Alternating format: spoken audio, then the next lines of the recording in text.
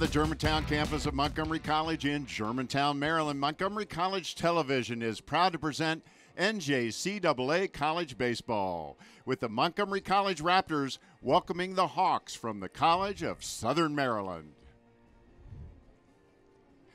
Hi, everybody. I'm Michael Brown, and as always, it is my pleasure to welcome in my partner for today's baseball game, Marcus Rosano. Marcus, great to be back together again, calling some baseball on a perfect spring day. Michael, it is gorgeous outside. Great day for baseball here on the Germantown campus. And as always, it's great to be alongside you, the voice of Montgomery College Athletics. Well, it's great to be here. And as you remember, about 3 weeks ago, we stood right here to call the doubleheader between MC and Burlington. That was our first chance to see the Montgomery College Raptors in action this season because of all the bad weather in the spring. We had a lot of questions about that young team, this young team at that time, because they are so young and because they only returned 6 players from last year's championship team. But since that doubleheader sweep over Burlington that day, they've had better luck with the weather, but as a result, they've had to play a lot of games in a short amount of time to make up for all those postponements. In the last 18 days, they have played 16 games, including 7 doubleheaders. The positive is they've gone 9-7 over that stretch. So we're starting to get some answers to some of those questions that we had. One thing we know for sure, this is a very talented team. They have a lot of weapons. They have a lot of positives. But on the other hand, they're still a very young team. There's going to be growing pains, which is no surprise for Dan Rasher and his coaching staff. They expected that. They told me before the season, listen, we're young. We know we're going to have some hurdles. You know, it was a very, very tough March and April. They didn't play a lot of baseball, but they just played, like you said, 16 games in 18 days. So they were available to, find that identity, and that's what Dan Rasher wanted to do. And what they found was 2 great young hitters. Tyler Coleman, this is a guy who's hitting over 540, and Antonio Pino, another freshman, who's hitting over 440. I mean, those are great fantasy numbers. And you have 2 good young arms, your number 1 and your number 2 pitcher, also freshmen, in Brandon Humbertson and Gus Gill. So you add the Panafala brothers and the Nick Kozarskis to Andy McWilliams and the Maloney, another good pitcher. So Ian Velez. So you have some real talent here. But the one thing the other part of that identity we're talking about is Dan Rasher wants to see them catch the ball better. They're making too many errors. And a young team, a lot of errors, that's going to see some losses. They're 19-11 on the season right now. But they have the talent. So this could be a dangerous team come tournament time. I have a sneaking feeling it will be. And today they are taking on the D2 Hawks from Southern Maryland. Now, the Hawks got off to a terrible start this year. But ever since these 2 teams met on April 1st, and they did, the Hawks have played much better. They've gone 7-6 that day, since then. Now, going back to that April 1st game, the Raptors went down to Southern Maryland. They played them on their field. They won the game 5-2. Humbertson, who you mentioned earlier, pitched 5 strong innings, gave up just 1 run. The Raptors put together 12 hits. They stole 4 bases that day. So today's game is a bit of a rematch. And when I talked to the head coach of Southern Maryland earlier in this week, he put it in those terms. He said, listen, we want this one. So we are just moments away now from finding out who is going to get this one. Stick with us. Marcus and I will be right back with the starting lineups. You're watching Montgomery College Baseball on MCTV.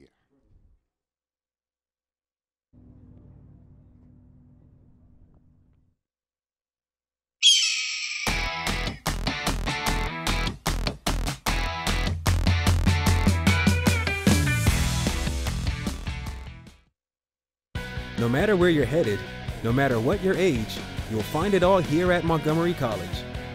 Small class sizes, flexible scheduling, over 130 programs of study, award-winning faculty, nationally ranked NJCAA athletics. The possibilities are endless at Montgomery College. Register today.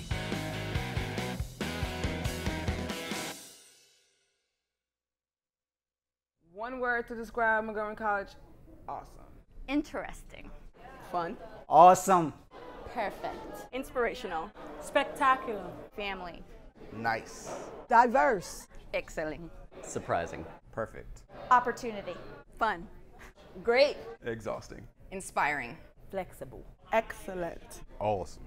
Awesome. Awesome.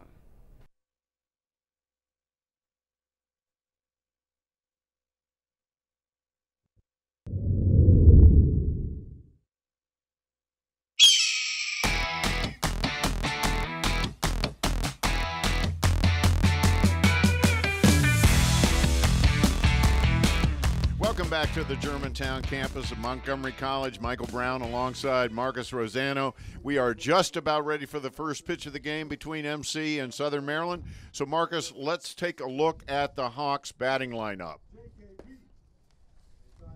Okay, batting leadoff, number 8, playing third base, Hunter Moeller.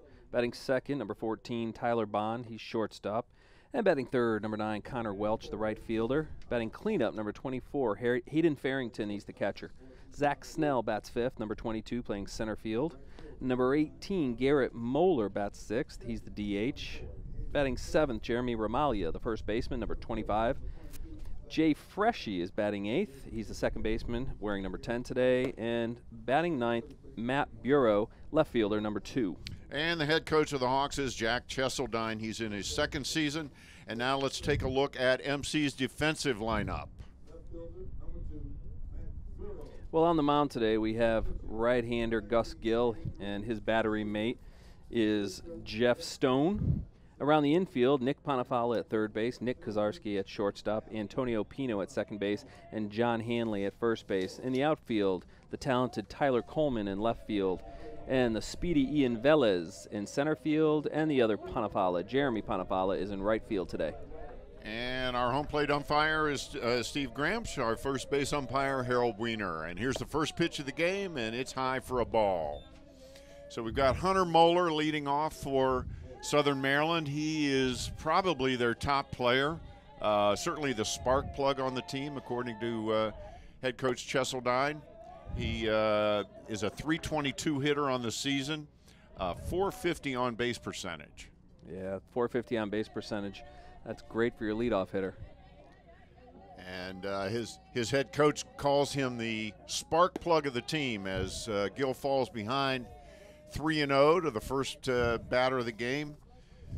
And Gill is, if he walks him, it would be very surprising. He has been very stingy with the walks so far this season. And he walked him on 4 straight pitches. So that is really only the 13th base on balls of the season for Gus Gill in 43, now 44 innings of pitching. Well, that's not what we thought we were going to see with the first batter today from Gus Gill. You're right. We were thinking we're going to get a little bit of a pitcher's duel. I mean, this is basically MC's number 2 pitcher, and on the other side, CSM's number 1 pitcher in Andrew Sear.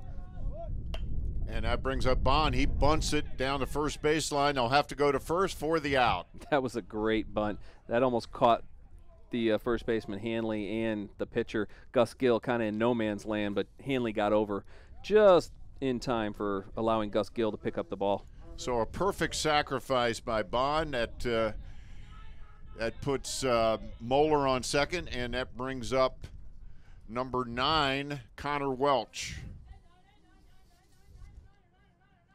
And Welch playing right field today. And he is a .286 hitter, another one of the top hitters on the team for Southern Maryland. Had a little problem with the strikeouts this year, though. He struck out 17 times, second on the team in that stat, which you don't really want to be second on the team in. And you're right. Your 2 best hitters are probably Moeller, like we've talked about, and then the guy batting behind Connor Welch and Zachary Snell, another heavy hitter coming up for the Hawks. So we take a look at Gus Gill there on the mound for the Raptors. He is a freshman, as are most of the Raptors. And he has been a real, actually not a surprise for the Raptors. That ball gets away, and Moeller moves up to third. And you know, it looks like Gill is coming out with a little rust because the Raptors haven't played in a day. They've had this huge long rest, a day of rest. Well, he clearly tried to overthrow that one, and as a result, it's a wild pitch. So a man on third, one out, and foul back. But we kid, but seriously, on Tuesday they played Hagerstown, got a big win against Hagerstown. They had Wednesday off, and here we are Thursday. But as you told me earlier today, Coach Rasher is looking forward to 2 doubleheaders this weekend. 2 doubleheaders this weekend, Saturday, Sunday doubles, as they try to make up for all those games that they lost in the early part of the season. And he struck him out. Wow. Big strikeout there by Gill. That was a nice pitch. I'm not sure if that was the slider that Coach Rasher was telling you about. Actually, I think that's a curveball. And that brings up the catcher, number 24, Hayden Farrington. And he's a 282 hitter on the year. Has 16 RBIs, so he is second on the team in RBIs. And this is certainly an RBI situation. Strike on the corner. Talking to Dan Rasher about Gus Gill, he told me his best 2 pitches are a hard slider and a changeup, both of which he keeps down in the zone. That's way outside. And he's got a great strikeout rate. 47 strikeouts and 43 innings pitched. And as we mentioned earlier, now 13 walks. He had 12 coming into the game. So good job of controlling the ball, keeping the free passes to a minimum. There's a strike. And that was that slider, I believe. And Farrington now behind in the count, 1 ball, 2 strikes, 2 outs. Top of the first inning, Montgomery College baseball taking on the Hawks from Southern Maryland. And he just missed with that one. That evens it up at 2. Tell you what, if we look at Hayden Farrington at the plate, you look up the definition of catcher, and I think you see Hayden Farrington. I mean, he's got the Mike Lavalieri look, even the black and gold uniform from the old Pirates days. He held up. Yeah, he is your prototypical catcher. And actually, when I was talking to his head coach about him, he says, when you see him, you'll know he's a catcher. But a solid player, one of the leaders on the team. Good throwing arm, we're told, so I'm sure that will be tested today. And he lost him. Well, that was a nice spot with the fastball from Gus. Just a little outside off the plate. That brings up the very dangerous Zach Snell. And you're right. That's good. That's good patience by Farrington. I mean, he could have tried to reach out and poke the ball. He's got an RBI chance sitting here right on third base. But now you have arguably your best hitter, second best hitter on the team at the plate, ready to do some damage. Your top RBI guy, Zach Snell.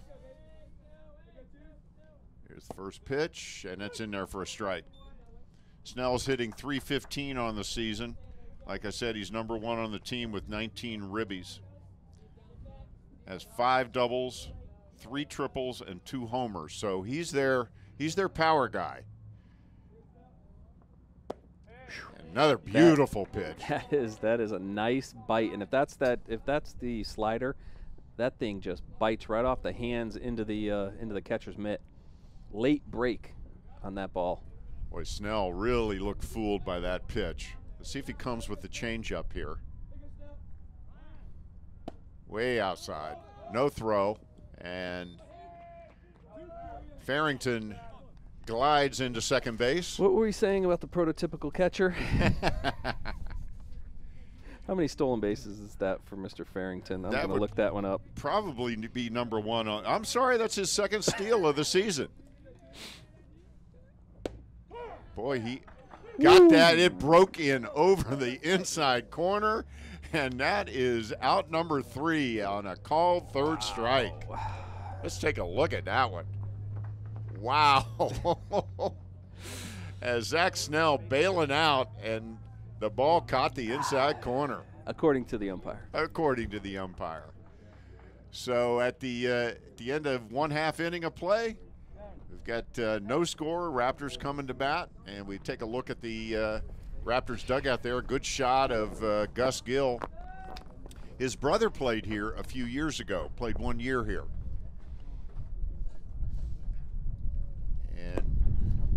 we're going to take a look now as Southern Maryland takes the field for the first time. We're going to find out who's playing where for the Hawks. Let's take a look at their defensive lineup, Marcus. We have Andrew Surr on the mound, pitching to the aforementioned Hayden Farrington.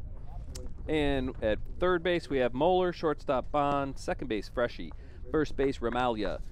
Left field is Bureau, center field is Snell, who just got a hard call strikeout to end that inning, and in right field it's Welch. And let's take a look at the batting order for the Raptors.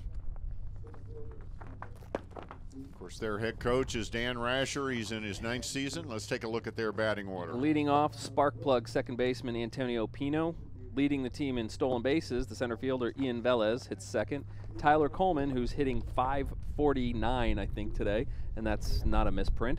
.549, left fielder Tyler Coleman hitting third. And batting cleanup, Nick Panafala. His brother, Jeremy, batting fifth.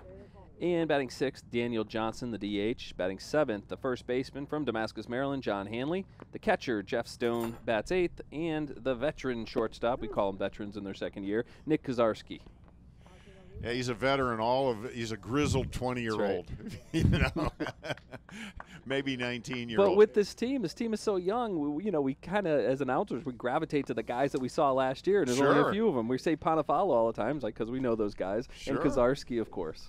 We got back-to-back Panafalas in the lineup today, and we defy anyone in the viewing audience to tell the difference between these guys. They are the definition of identical twins. And now that Jeremy has cut his hair. Yeah, we used to have that little trick that Jeremy had the longer hair, but no longer. And that brings up Antonio Pino, and you talk about a spark plug. This kid hitting .439 on the season, 29 hits. He's second on the team in hits. Scored 19 runs. He bounces one to second, and he's running hard down the line, and they got him.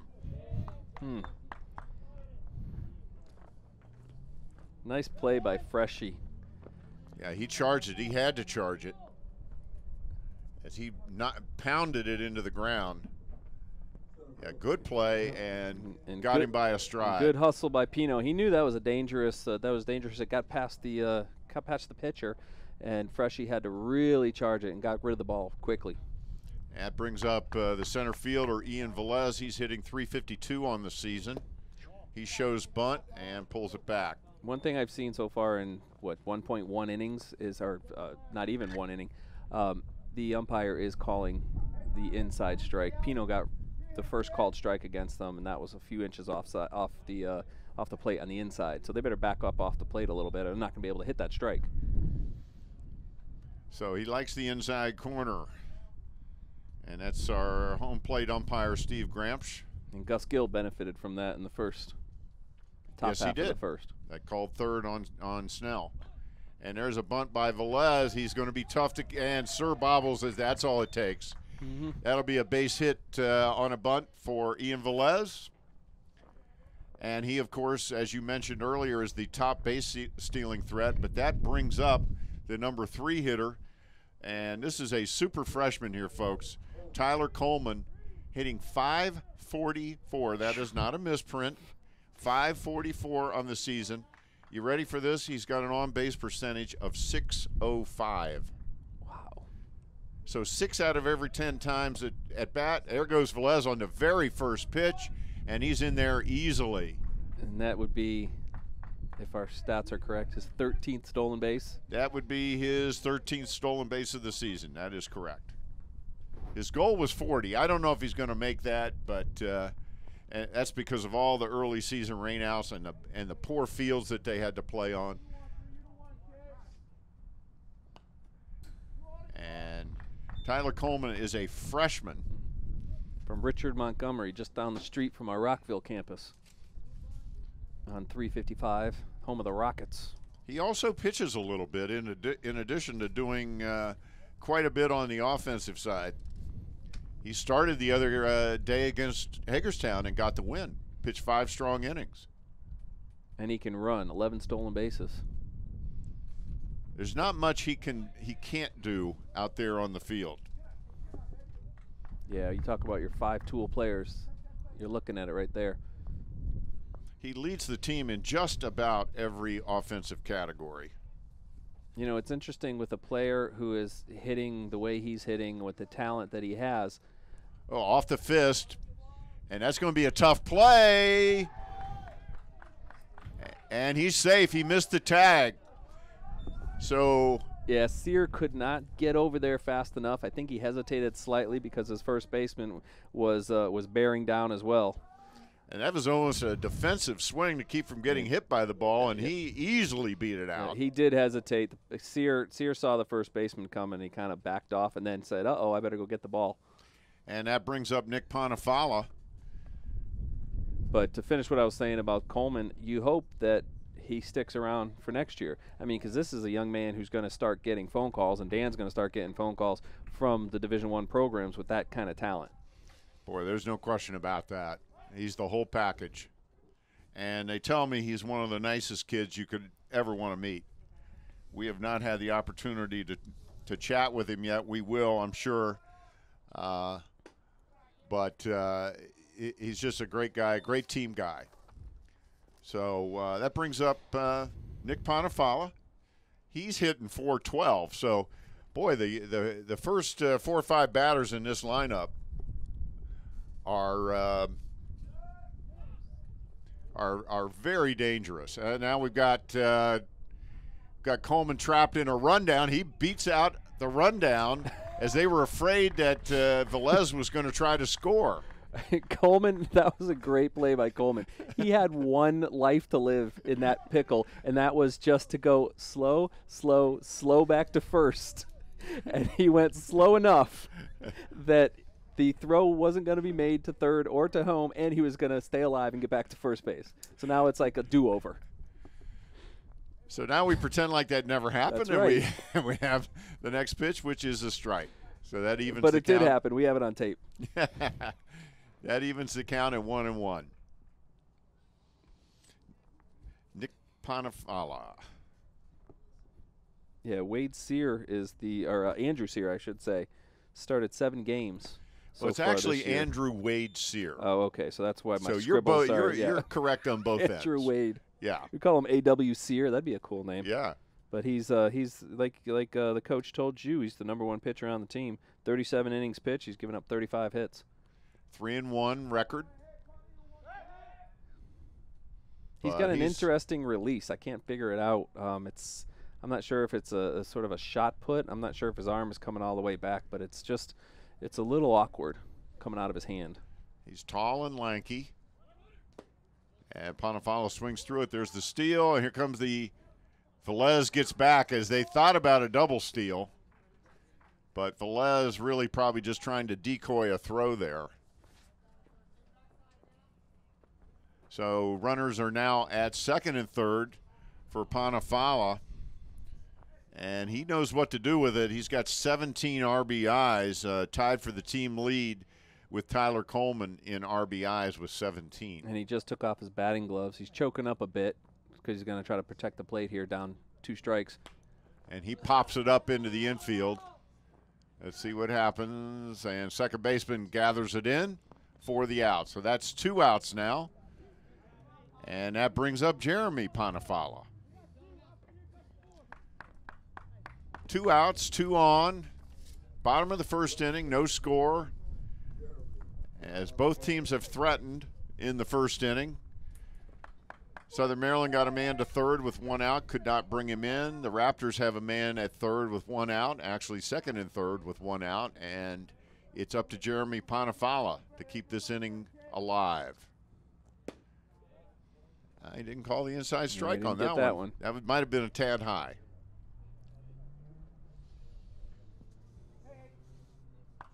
So Jeremy Ponifala, the switch hitting or the right fielding half of the Ponifala brothers team. He's a 280 hitter on the season. He's gotten his batting average up since the last time we watched them against Burlington. He was really struggling, scuffling a bit at the plate in the beginning of the season. No, he's hitting much better. His average has gone up about, I want to say, 40 or 50 points since we last saw them. So We had a nice article by our buddy Kent Zakor in the Gazette about the Panafala twins. That's nice to see. And I always want to thank our buddy Kent for coming out and covering some MC baseball. Yeah, that was a very nice article. There's a hard ground ball, and it's through the hole for a base hit. Velez scores. Coleman will score easily. The ball is bobbled out in left, and that allows Panafala to move into second base. So a 2-out RBI single for Jeremy Panafala. Boy, that's a clutch hit. That's a big hit. He found the hole between short and third. And then Bureau bobbled it out in left field, and he's sitting on second in scoring position. And that brings up number 17, the DH, Daniel Johnson. So he's got an RBI opportunity here with 2 outs in the bottom of the first. The Raptors jump on top, 2-0. And Sir bears down out of the stretch. And a strike 1. Daniel's another guy flirting with 300. Hitting 297. Sherwood High grad, yet another freshman. And he is an environmental biology major.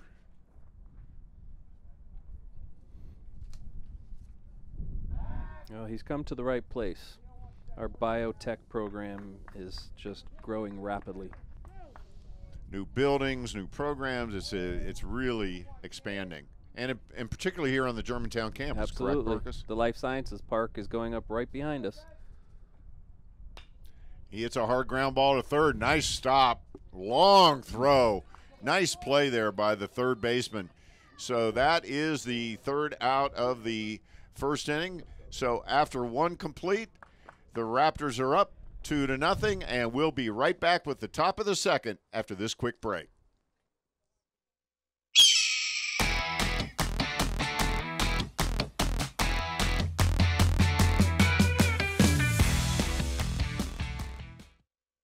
No matter where you're headed, no matter what your age, you'll find it all here at Montgomery College.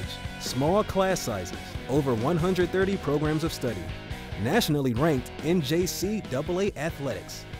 Register today.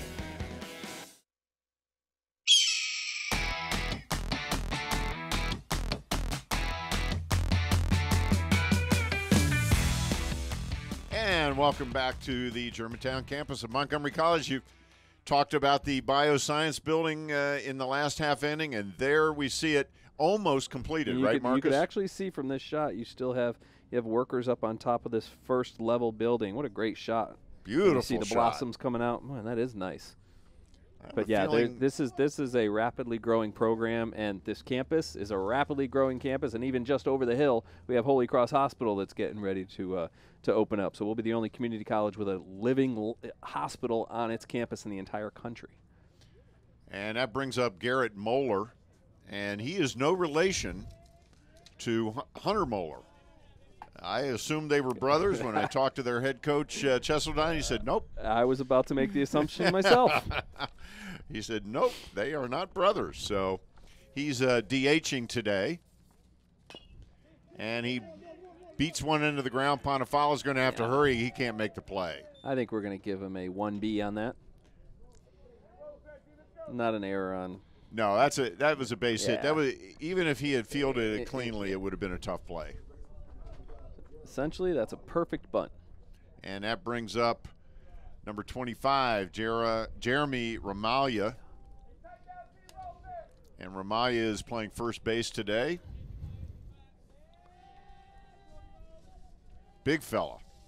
Talk about a prototypical first baseman. And he takes strike 1.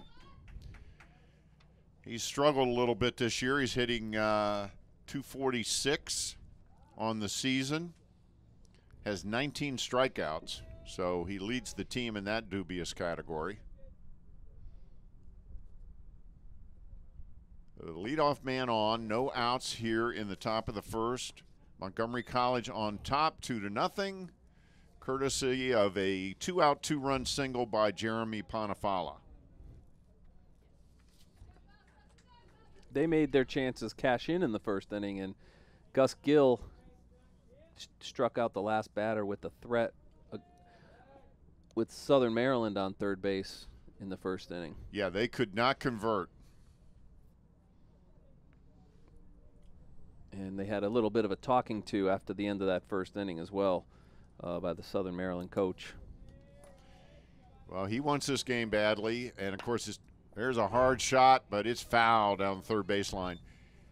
And his team has been playing much better. They have not qualified. They are D2, so they're a higher division than MC.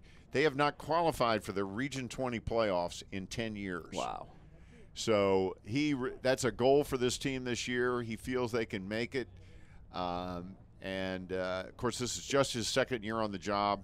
It's one step at a time at this level. And, that's amazing to think. They have such a history of great high school baseball down in the SMAC, the Southern Maryland Athletic Conference. Some of those high schools, live and breathe their baseball. But they have not had much success. There's a attempted steal, throw, and he is out. Great catch by Pino to swipe the tag. And the throw was there in plenty of time, and good play on both ends there by Montgomery College. We're going to take another look at that. Oh, it's beautiful placement of the ball from Jeff Stone as well. Jeff Stone with a strong throw. So that wipes out the runner. 2 balls, 2 strikes, and there's strike 3 as Stone holds on to a foul tip for strike 3. Yep, Gill blew the fastball by him right in on the hands. Couldn't get around. So that brings up number 10, Jay Freshy, the second baseman. Well, that's 2 quick outs. So they went from having something going to nothing going, as we have 2 outs now, nobody on in the top half of the second inning. Gus Gill on the hill. I like that. Gus Gill on the hill. That works. Gus Gill on the hill. Got a great baseball name, Gus Gill.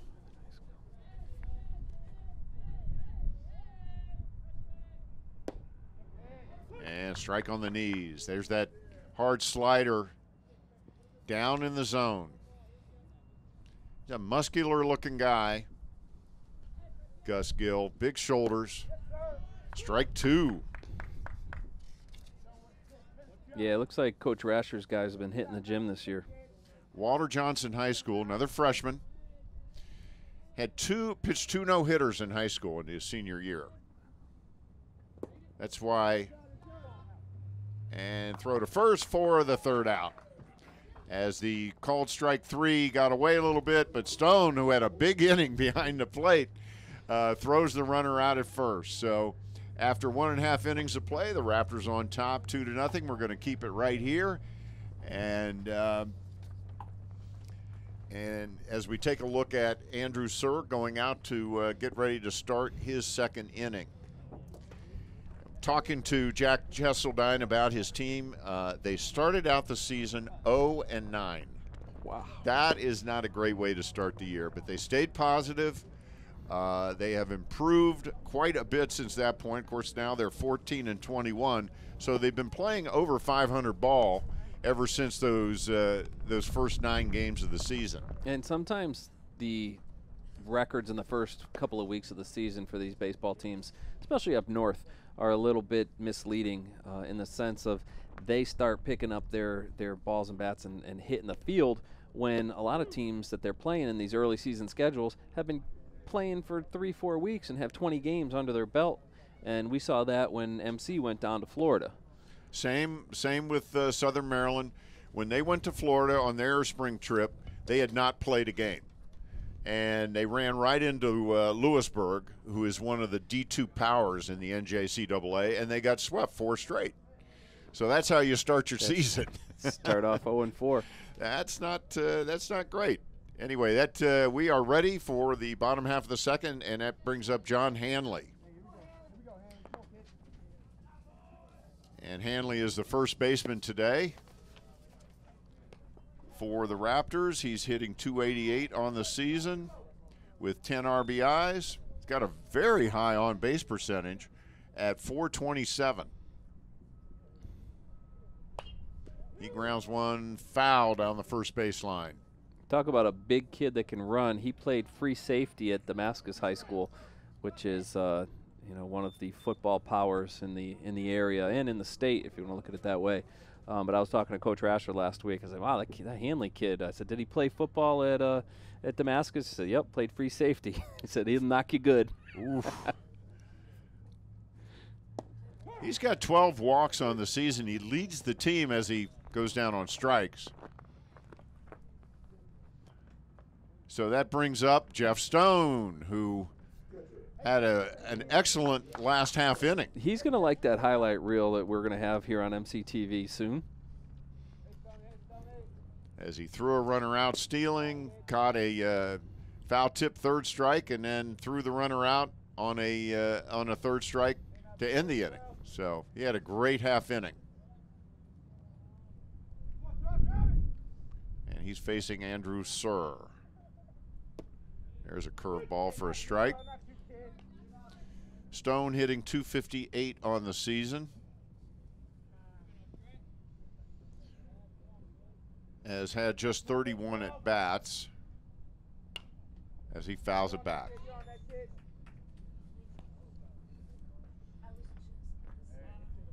Sir has sort of a big curveball.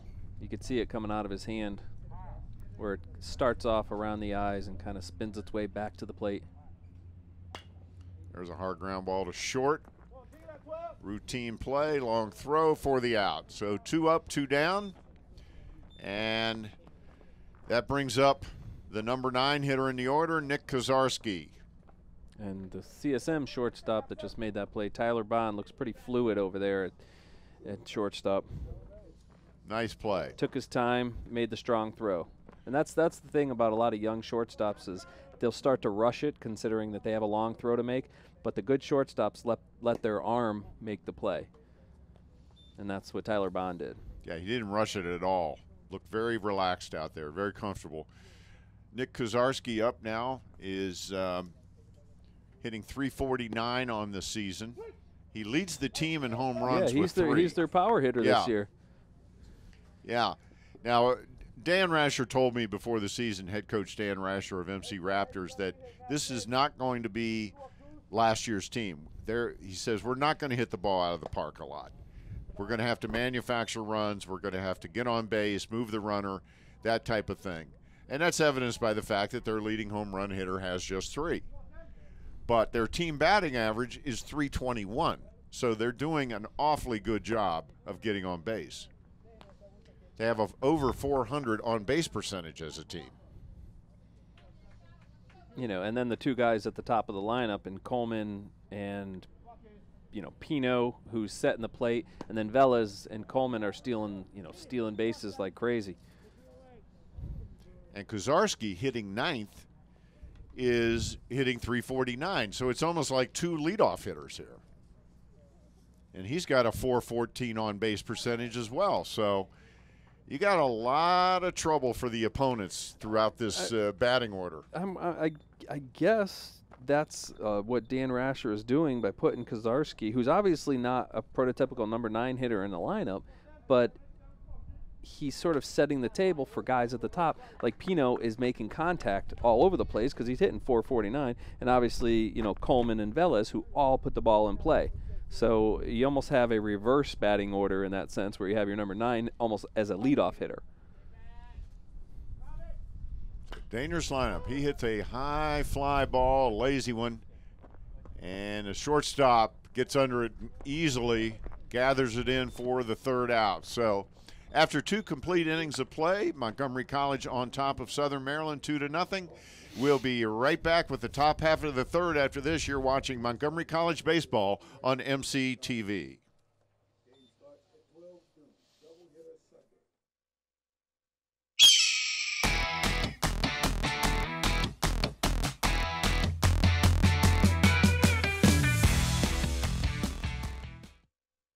One word to describe Montgomery College: awesome.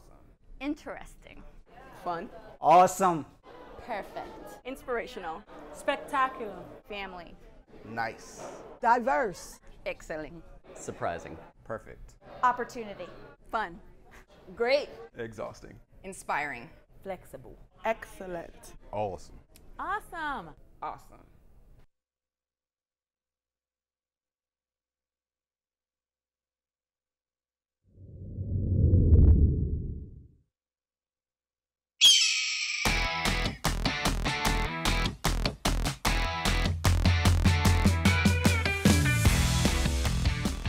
And welcome back to the Germantown campus of Montgomery College. We're all set for the top half of the third inning. And leading off for Southern Maryland is Matt Bureau. I know it doesn't look like Bureau, but I checked that 3 times. It is pronounced Bureau. So Matt Bureau leading off for the Southern Maryland Hawks. And Gus Gill gave up a leadoff hit to Moeller in the last inning, and then got 2 strikeouts to get out of the inning. And they had the throw out by Jeff Stone at second base. So he turned it into a pretty good inning after struggling a bit in the first inning. So let's see if he's settling down. This will be a key inning for him.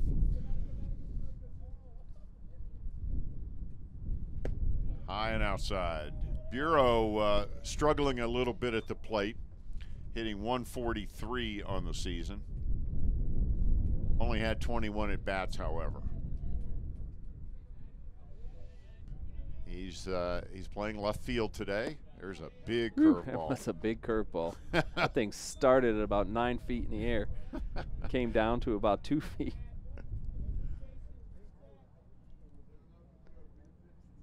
So Gus Gill out of Walter Johnson High School, as we said last inning, threw 2 no-hitters in high school. Boy, there's strike 3. Yeah, you know, when Gus wants to muscle up and throw that fastball, it's pretty effective. He had that big looping curveball, and then he come in with a straight fastball. And he just swung right through it. Yeah, blew it right by Bureau. That brings up Hunter Moeller. That's 5 strikeouts so far for Gus. 3 in a row, actually. Moeller walked to lead off the game and was eventually stranded at third base. I'm thinking I want Gus Gill on my fantasy team. I had Michael Pineda starting last night, and we all know what happened to Michael Pineda last night with the old pine tar on the neck. I mean, wait a minute. Yeah. Whoever said the old pine tar on the neck trick? Michael Pineda? Michael Pine Tar Pineda. Good grief. And, of course, the beauty of it is it happened in Boston. And the beauty of it is, or not the beauty, how about the ugly of it, is he already got caught once. And that was another great curveball from Gill. Yeah, and Gus doesn't need pine tar today. He's got a nice grip on that curveball and that slider. He's ahead in the count, 1-2. And that one gets away. That was almost strike 3. And Stone would have been hustling after that, as Moeller would have been hustling down the line had it been called strike 3.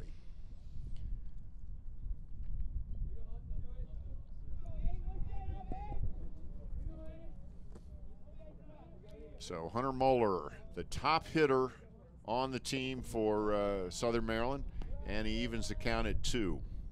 He drew a walk in his leading off the first inning against Gus Gill. Yeah, he worked the walk. We were lauding Gill's strikeout to walk ratio when he walked Moeller. But you got a prototypical leadoff hitter right there. Ground ball up the middle. Kozarski gathers it in over to first for the out. And that's what Dan Rasher wants to see. Fielding ground balls, throwing the ball to first base, and not making the errors. That's routine baseball right there. But it's not routine this year, unfortunately. And it's not as easy as it looks, of course. And but that's if there's been an Achilles heel so far this season for the Raptors, it has been giving those extra outs through errors and mental mistakes. There's a fly ball out to center field. Ian Velez right there for the third out of the inning. So a very easy inning, very easy half inning for Gus Gill as Southern Maryland goes down 1-2-3. And we are ready to, after 2.5 innings of play, the Raptors on top, 2-0. We're going to take another look at that third out from this half inning. Says resume game and then no. And easy catch by Ian Velez. Of course, we've seen Ian Velez make some really, really tough plays.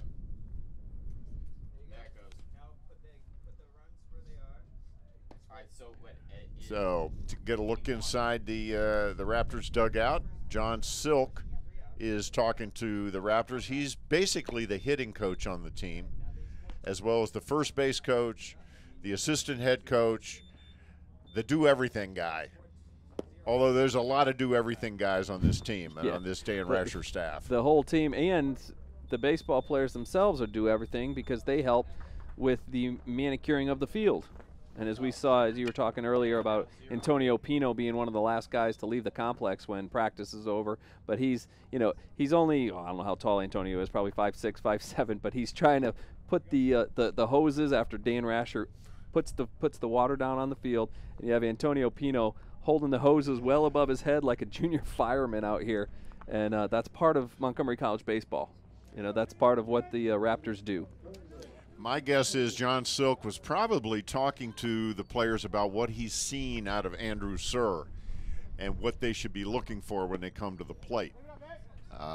That would not surprise me given his position over there as first base coach and also as hitting coach. He's got a great view of what Sir is throwing. And there's a strike as Antonio Pino leading off. Pino grounded out to second base in his first at-bat. Nice play by Freshie on that one. Out of Good Counsel High School. So if you play varsity sports at Good Counsel, you got a little game. Oh yeah. Raptors have had a number of great players over the years out of Good Counsel. One that comes to mind immediately is Tim Park, who was a 2-year starter here as a catcher, went on to play 4-year ball at William and Mary, and we understand is back in the area coaching at the high school level now. Oh, good for Tim. As Antonio Pino draws a walk to lead off the the bottom half of the third inning. That brings up Ian Velez, and Ian Velez got on in the first inning with a bunt single, and eventually scored the first run of the game, also stole a base. So he was right in the mix there in the top half of the first inning, which is often the case with this guy. Between Velez and Pino, they only have 12 strikeouts on the season, and they've combined for 60 hits. So 60 hits and 12 strikeouts is a pretty good ratio. Wow. Boy, that is a great 1-2. And as you can see, Pino just drew a walk. Exactly what you want out of your leadoff guy. Exactly. And, of course, that just boosts his on-base percentage, which is .507. So 1 out every 2 times up, he's on base. There's a shot, gets over the head into left field as the shortstop made a valiant effort for it. Couldn't come up with it. I think Tyler Bond might have been fooled by that. Misjudged that. That had a little giddy up at the end, and I don't think Tyler Bond thought it did. And Ian Velez actually didn't think it did either. Didn't either. You're right. As both Velez and Bond were fooled. I think Velez thought Bond was going to catch it. I think it looked like Bond kind of decoyed us all, but he actually thought that the ball was going to come down in his glove at some point, but it kind of just took off. So Ian Velez now 2 for 2. That puts 2 runners on. And Tyler Coleman, the top hitter on the team, the top RBI man on the team, and this is a great situation for him. You want to talk about a strikeout to hits ratio? Mr. Coleman coming into today had 37 hits and 2 strikeouts. That is pretty amazing. That is putting the bat on the ball. 2 strikeouts in 68 at-bats. And there's a hard shot up the middle, and that should score Antonio Pino. As Velez holds a second, Pino scores standing up easily, no throw. And thanks to Tyler Coleman, the Raptors now up 3-0. So whatever John Silk told him in the dugout there before the bottom half of the inning is paying off. And look at that. That's picture-perfect baseball. That's a picture-perfect swing by Tyler Coleman. His head was right down on the ball, right where the ball met the bat. His eyes were literally staring at that spot. It's beautiful baseball. And he's 2 at-bats. He's got a single, a stolen base, a single RBI. And someone is heading out to the number 23 And that is Noah Daniels is heading out to the bullpen for Southern Maryland as Jack Cheseldine, the head coach of Southern Maryland, does not want this one to get away from him here in just the bottom half of the third inning. So Noah Daniels out there starting to get loose for Southern Maryland.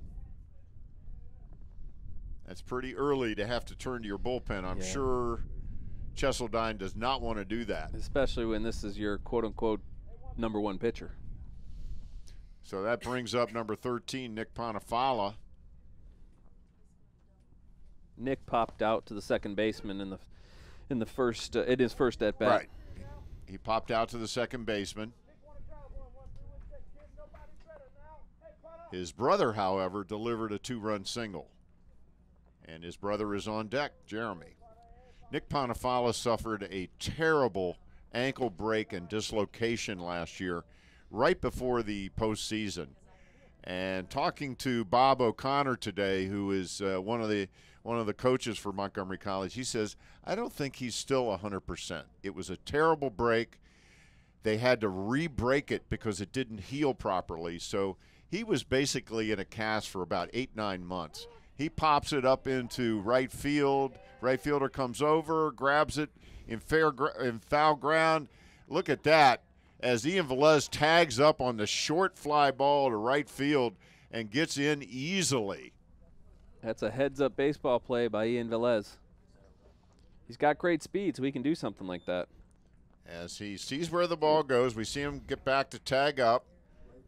There's the right fielder who did everything right. It's just that speed kills. And the right fielder, Connor Welch, made a beautiful throw all the way across the field. Oh, he was right on it. He was not the least bit surprised. There was probably good communication out there on the field. Teshy probably told him he was going. There's a pop-up. All right, let's see this tag play. Here comes Velez. Ooh, they run into each other out in right field, and as a result, Velez will score easily as Teshy ran into Welch. And that time the communication wasn't there.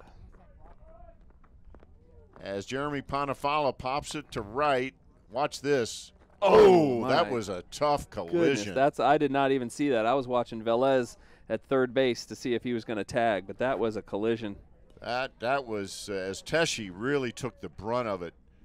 But both players hurt, as you can see the Montgomery College trainer, Gory Javon, out there talking to him, making sure he's okay. Hopefully he just had the wind knocked out of him.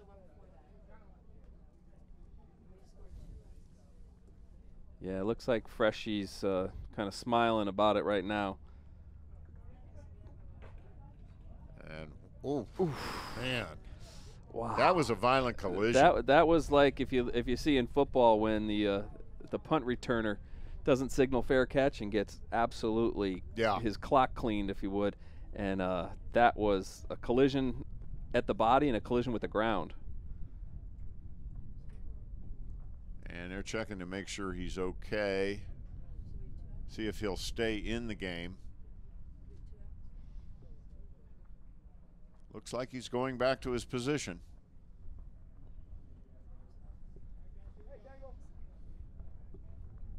Now Gory Javon heals another person. She's one of the unsung heroes of the Montgomery College Athletic Department. She is absolutely fabulous athletic trainer. And the players on the teams just absolutely love her. She's so great. So the run scores, making it 4-0 Raptors. And what's interesting, when we're at this level, the visiting team will count on Gory, our training staff, for services in that instance. And there Coleman's going, and they got him. Good throw by Farrington to nail the speedy Coleman at second base. And that's what it took, was a great throw to get him. The transition from glove to hand on that play by Farrington was excellent. Yeah, a very quick transfer, and he got him. That was a great throw. Boy, right It needed to be right there to get Coleman out. Yeah, that was the only way. If that throw had not been perfect, and if it had not been on the first base side of second, Coleman would have been in. No question about it. So after 3 complete innings, we're going to keep it right here. The Raptors on top 4-0 now. 2 in the first, 2 in the bottom of the third. And Jeremy Ponifala been involved in all of that. Yes, he has. There's still action in the Southern Maryland bullpen. Noah Daniels still working out there, keeping loose. And I'm sure if he's still out there, that would mean that Sir is on a fairly short leash. Yeah, he's thrown a lot of pitches through 3 innings, too. Those haven't been easy innings for the Hawks. No, they haven't. One He's thing thrown about a lot of he has thrown a lot of pitches. Raptors this year seem to be pesky, and they don't take any pressure off of that pitcher.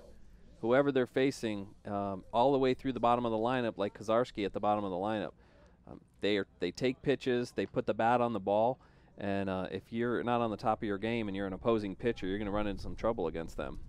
Yeah, like maybe they're not going to hit it 450 feet like the Raptors did last year with John Taylor or Turlick or Travis Smith, even hitting home runs. But it's a little different brand of baseball. And they run around on the base paths, as we've seen. That's for sure. Forcing you to make plays like Farrington just did. That's right. That's right. So that brings up Connor Welsh, who, boy, he lines a shot into the gap. Velez with a beautiful catch. Yeah, that's an excellent play. Wow. Oh, did he trap it? Oh, I guess he trapped it. It may have popped out. We're going to have to take a look at that one again. I thought he caught the ball, but it may have popped out as he was hitting the ground. Let's see. And that was Connor Welch, who was in that collision. Oh, it popped out of his glove. It popped out of his glove when he hit the ground. Yeah. There it was underneath under him. His leg. Great look at that by our Velez is going to want that one back. Oh, he wants that one back big time because he knows that was going on YouTube if he had held on to it. He wanted that one back. And that brings up Farrington. And Farrington. Well, Welch put a good swing on it, too. Farrington walked his first time up. Showed a lot of patience his first time up. So Welch, who was involved in that collision in right field in the top half of the bottom half of the third, starts off the inning with a shot into the gap in right center field, and he's on second base. So another runner in scoring position for Southern Maryland, but they have yet to break through. And they've tempted Gill early in the innings, but he's, sort of bore down and worked a strikeout, got a stone thrown a runner out at second base. He had a very easy third inning. Farrington swings, misses. There's the throw to first, and that gets him for the first out of the inning. Welch holds at second base wisely. That's another strikeout. That's 6 strikeouts through 3 1/3 for Gus Gill. So 6 strikeouts through 3 1/3, and that's about his average. That brings up number 22, Snell, who took a called third strike his first time up on a pitch that was on the border. And he hits one out into right center. There's Ponifala over. He's got it. Easy catch. Tags up Welch, and he is safe at third as he tags up on the fly ball. So both teams are testing the other team's outfield arms because that was not all that deep.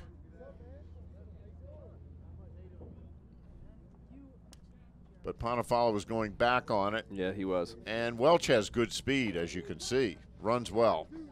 Fairly close play. Good throw from Ponifala. But now you have a runner on third, and the ball gets by Jeff Stone, and a wild pitch, and you can score your run. Smart play by Welch. And that brings up number 18, Garrett Moeller.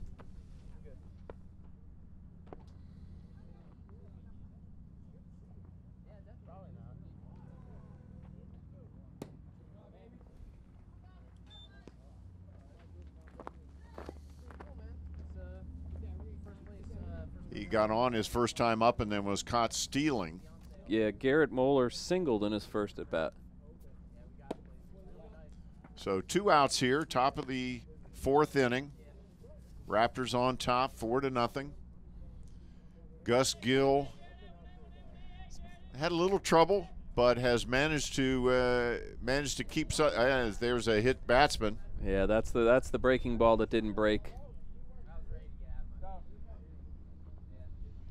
And Gus Gill, he's not happy with himself on that. He wants that one back. That brings up number 25, Jeremy Ramalia, the first baseman. And he struck out his first time up. So Garrett Moeller's been on base a couple of times. So runners on first and third, 2 outs, top of the 4th inning. And it's all up to Ramalia. He's a big fellow. Looks like he could hit it a long way if he caught a hold of it. He does have 1 home run on the season. It's nice to see Jay Freshy on deck here, Michael. He was involved in that nasty collision. He got the bad end of that deal. He sure did. As the right fielder, Welch had all the momentum running forward when he ran into Freshy out there. We're lucky no one was seriously hurt. So Gus Gill's pitch count starting to pick up a little bit. He had a very easy top half of it. There's a stolen base, uncontested, as Moeller motors into second. So now 2 runners on. So now a base hit could potentially score 2 runs here for Southern Maryland. So Coach Desseldine trying to move the runners along. There's a long fly ball to right. Coleman back, and he's got it. Made it look easy, but that ball carried a little bit. And so once again, another rally snuffed out as 2 runners are left on for Southern Maryland. So we're going to keep it right here after 3.5 innings of play. The Raptors on top, 4-0. Yeah, and they're testing Gus Gill, but Gus Gill is answering the call, whether it's a big strikeout or like that, a long fly ball out to Tyler Coleman in left field. And so he's through 4 with no runs. That's a great outing so far. It's approaching quality start status as, of course, this will be a 9-inning game because it is just a single game today. At this level, if you do a doubleheader, the games are 7 innings. But if it's a single game, it's a regulation 9-inning game. So we'll be going 9 today. And something tells me we will see the bullpens for both teams. You should. And with the pitch counts up at this point, we're in the bottom of the 4th inning, and these have not been 1, 2, 3 innings. We were talking about that before the game about strikeout pitchers. Their pitch count will go up, but they'll get the strikeout. You got guys that pitch to the contact. You can have 3 pitches and 3 outs, and then there goes your quick game. This is not that game. No, it's not. I mean, Gus Gill is a strikeout pitcher, but the counterpart, Sear, he is not. But the Raptors are the type of team that makes contact, and that's why Mr. Sear is having such a hard time getting these guys down in order. And that brings up Daniel Johnson. And he grounded out his first time up. And he is hit by the pitch, and he'll take first base. So 1 pitch, he's hit on the hip. We're going to take a look at that. I see what you mean by his almost shot putting type delivery. It doesn't come down from way behind his back with sort of an arcing motion. It comes from the side of his ear almost. And Hanley lays down a nice bunt. Throw to first. And they get him at first. That was a great play by the third baseman for CSM. Really was. And Hanley, who does run well, and we just saw evidence of that, almost beat it out. John Silk, first base coach for the Raptors, thought he was safe. The Raptors bench thought he was safe. But the guy who counts, Harold Weiner, called him out. That is correct. Harold Weiner called him out, and Hunter Moeller made a great play. We talked about him being one of the best hitters on the team. That was a great play, fielding it with the bare hand, throwing off balance off his right foot. You're supposed to, throw off your right foot, but when you're falling out of bounds, there we go, doing basketball again, falling off the baseline and make a strike like that. Nice play, Hunter Moeller. So that brings up number 12, Jeff Stone, the catcher. And, of course, the College of Southern Maryland friends and family, they're free to watch our YouTube games as well. Absolutely, they certainly are. So fast forward to that 4th inning, Hunter Moeller's family. And there's strike 2. So quickly, no balls, 2 strikes to Stone, who's done a real nice job behind the plate so far today for the Raptors.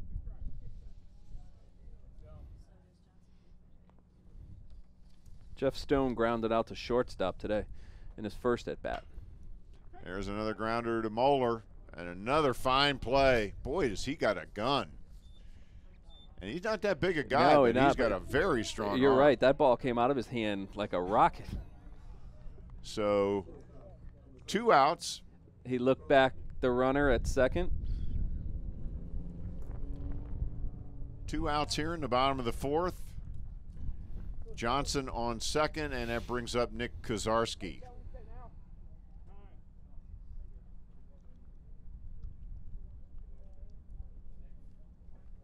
So Kozarski up with 2 outs and an RBI opportunity here in the bottom of the 4th inning. And he bounces one between first and second. That's going to be a tough play. He bobbles it, can't make the play as it took kind of a funny hop. If I'm the scorer, I'm giving that a single. Well, you're the official scorer as far as I'm concerned. So we're going to call that a hit. That had trouble written all over it. Oh yeah, and it took a funny hop did. when it hit the grass. Yeah, the grass on this infield has some it has some ins and outs, some secrets under that grass. So you never know what it's going to do. And that found one of those secrets under that green. So that keeps the inning alive and brings up Antonio Pino with now an RBI opportunity. So it looked like Sir was going to get out of the inning unscathed. Now he's got trouble with the top of the order back up for the Raptors. We used to always ask our baseball coach in high school why the field had so many bumps and so many hills, and he said, there's secrets under those hills. Oh, they've got Kozarski picked off. And let's see if he can get out of the pickle. And he does as they fumble the transfer. And Johnson scores as the first baseman just flat out dropped the ball in the rundown. And we're going to get a look at that. They had him picked off by a mile. I'm wondering There's the throw, and he just dropped it in the transfer. He dropped the ball. I don't know if that's not a design play because it looks like that's the second time that's happened. And, of course, there is 2 outs, and you have to score the run before you actually get tagged out in the pickle play. That's something we might ask Dan about. That's I got a feeling you may be right because we had a similar play earlier in the game with Tyler Coleman and Velez on third. But you had who scored the run here? Daniel Johnston. Yeah, he's not exactly fast. Yeah. No. That's the only reason I'm tending to think maybe it's not. But then again, knowing Dan Rasher and the way he's manufacturing runs this year with this team. You're making the Hawks make a play, and they obviously didn't make the play.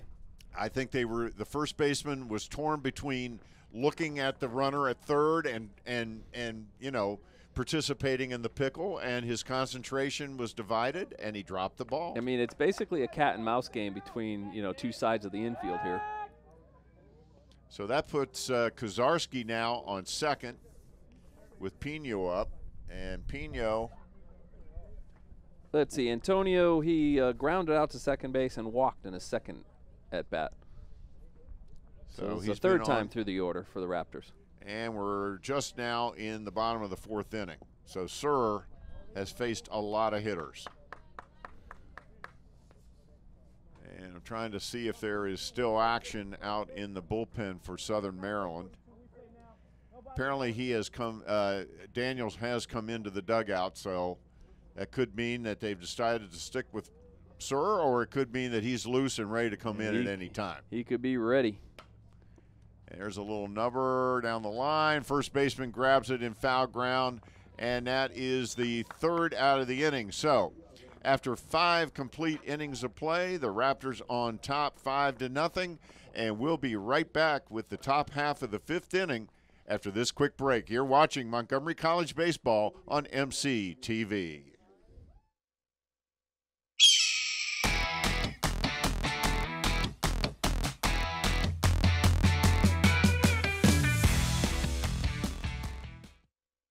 No matter where you're headed, no matter what your age, you'll find it all here at Montgomery College. Small class sizes, over 130 programs of study, nationally ranked NJCAA athletics. Register today.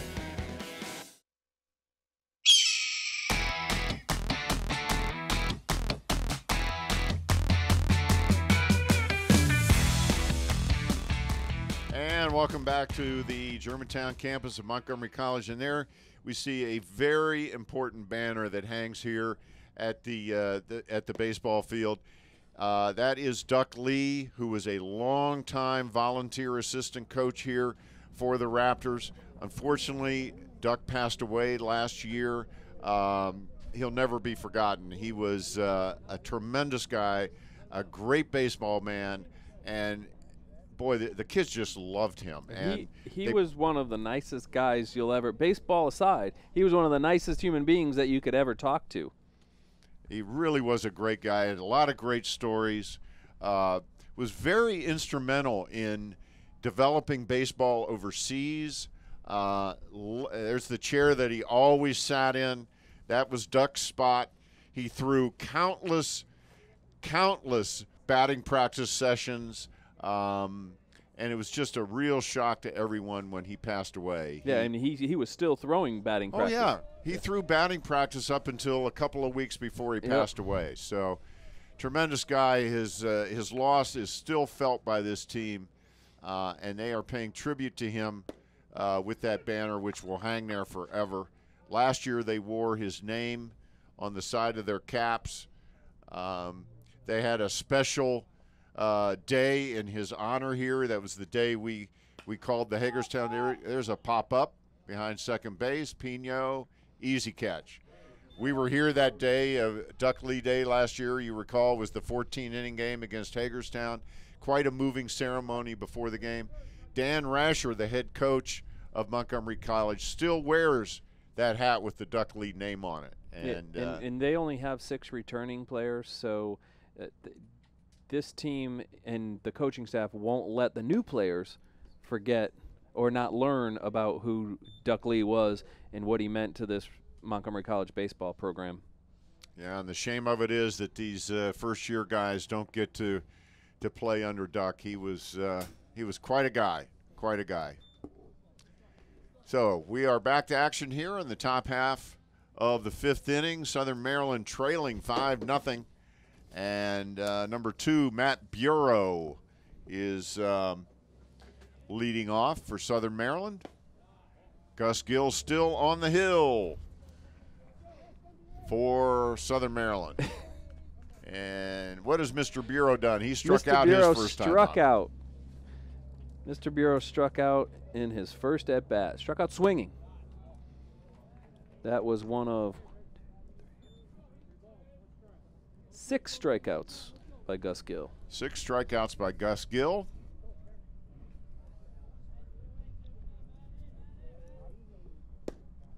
And he strung right through that one. Yeah, Gus has a pretty nice, comfortable 5-0 cushion here. You know, he's gonna try to just throw the ball over the plate. There's a pop-up. And that one's going to go out of play. Not a whole lot of foul ground here, particularly on the third base side. And we're never going to say that a player in any sport at Montgomery College is going to just put it in cruise control and go home and take the win. That's, first of all, it's bad luck. It's bad luck for the TV crew that we have, and it's been bad luck as we saw this year in basketball against, was it Hagerstown? It was against Hagerstown. We were, you and I were putting it in cruise control, and 18, 20 points, and Victor Blakey Jr. later, It was a loss for the Raptors. 25-foot runner at the buzzer won the game for Hagerstown. And if anybody watching this right now wants to go to their computer and look that game up on YouTube, go to the Hagerstown Montgomery College men's basketball game it was a 2014 game. Yep. And January of 2014. And if you don't want to listen to us, chitter chatter through 2 hours of basketball, you can. Oh, we encourage you to do that, however. But you can fast forward to the last, say, 5-6 minutes, and it is helter skelter, and it is a crazy, crazy finish. One of the more exciting finishes to a game I can ever remember. I've only called one other buzzer beater, and that was a Montgomery College win a couple of years prior to that. I believe that was against Baltimore City, but my director, Scott Youngblood, probably remembers better than I do. But not only did Victor Blakey hit like you said, the 25-foot runner, but he scored, I think, 37 points that game. I mean, he was crazy on fire. I mean, he was the player of the game times 2. I mean, he was NBA Jams on fire. There's a ball in the dirt. So Bureau on first, and the dangerous Hunter Moeller up. He's a good baseball player, Hunter Moeller. Yeah, he's got a walk, and he grounded out to shortstop. And his defense has been exceptional at third base. He's made several fine plays down there already, particularly that bunt attempt by Hanley. Yeah, he's got 4-year school written all over him, this guy, Hunter Moeller.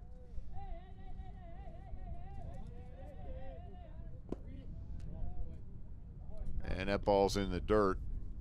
So Gus Gill's pitch count, I would have to believe, is getting up there a little bit as Stone goes out for a little chit-chat with Gill. 1 out here in the top half of the 5th. A pop out to Pino.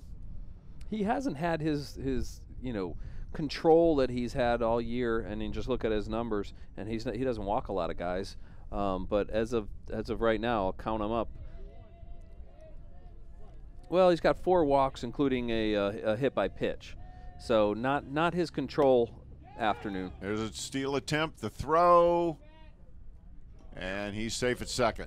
Throw came up just a little bit short that time. I think, did Pino get that short hop and almost make a play on that? If he did almost make a play on it. I'm telling you, coming from an old second baseman, that's the hardest play in all of baseball, is to get that shortstop and then put the tag down.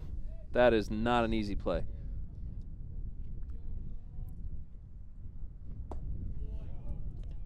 And he just missed with that one, so the count is now full as Southern Maryland, for I want to say at least the 3rd inning now, no, the 4th inning out of 5 has a runner in scoring position. Just the 3rd inning was the one inning where they didn't threaten. There's a ground ball to short. Kozarski gathers it over to first for the out. Nice play by Kozarski, going deep in the hole to his left. Nice play. Getting his body square and making the good throw over to the big guy at first base. Yep, good strong throw. We're going to get another look at it. As you can see, he was darting behind the runner, so he has to come back, makes the nice play, kept it down on the ball, and a nice throw over to first. So that brings up number 14, Tyler Bond, the shortstop, as number 2, Matt Bureau, moved to third on that ground ball. So a runner at third, 2 outs, top half of the 5th inning. So Southern Maryland once again knocking on the door. Yeah, Gus Gill's shutout is 90 feet away. And that's in the dirt. Nice stop by Stone. Yes, Jeff Stone's going to have some nice highlights of this game. He's doing a nice job. This is the first time we've seen him, I believe. I believe we did not see him in the doubleheader. I could be wrong. Yeah, I think McMahon played. Colin McMahon played catcher. I know Corey Dirks played. Corey Dirks played, yep. We may have seen Stone in the second game, but he's doing a fine job here. There's a pop-up out into right center. Velez over for the easy catch for the 3rd out of the top half of the inning. So once again, Southern Maryland gets a runner in scoring position, 1 out, gets him to third with 2 outs, and they can't bring him home. So Gus Gill shutting them down when it matters the most. And Coach Rasher just went over and said something to Jeff Stone. I think he said that was a heck of a play. And we'll get another look at that third out. Velez right there. And look at that. He used two hands. Yes, that's something you don't see often when you watch Major League Baseball Network at night. Boy, that is for sure. That is the vanishing art of the two-handed catch. Well, at least it's not a Ricky Henderson snatch catch. Yeah. When there was little leaguers all over the world doing that. And dropping the ball. Or getting hit in the head with the ball. So we are ready to start the bottom half of the fifth inning.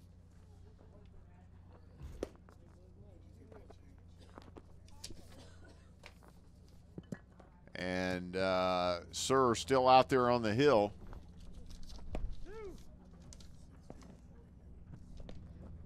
And we have a new second baseman out there. And we're going to try to pick up his number as Freshie has taken a seat.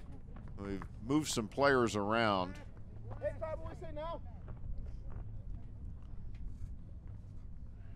We have a new third baseman out there now, number 16, Corey Hewitt.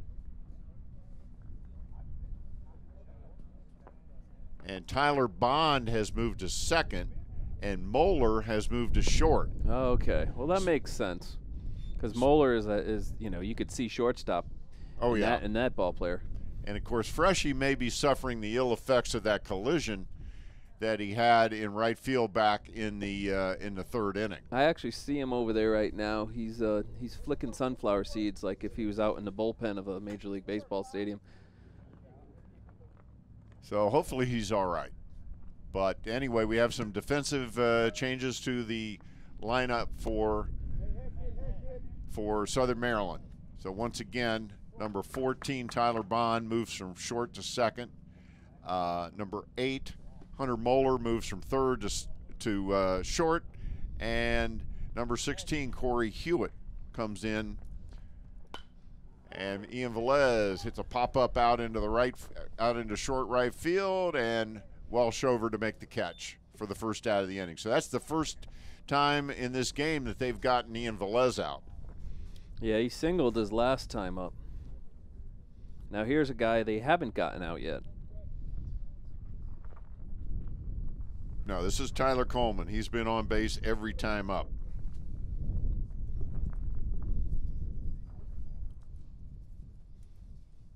The only time they've gotten him out was they threw him out stealing, which surprised us. He's got 2 singles, a stolen base, an RBI.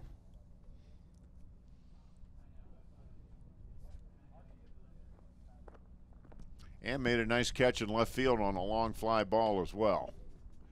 Fouls that one off his fist and out of play. He waited around on that curveball right there, but just couldn't get the hands around fast enough to pull it.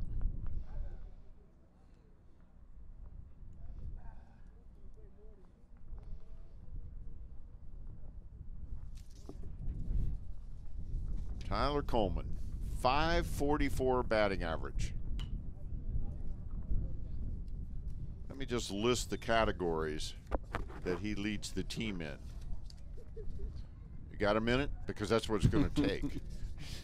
Now he's in danger zone. He's got 2 strikes and he's only struck out twice all season.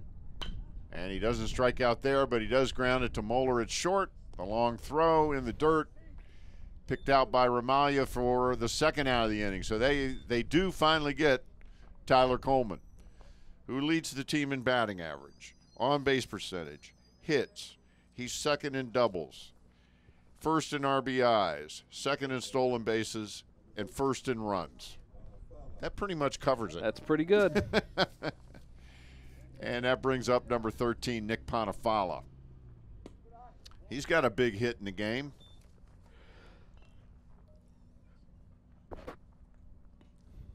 And his brother on deck has a 2-run RBI in the game.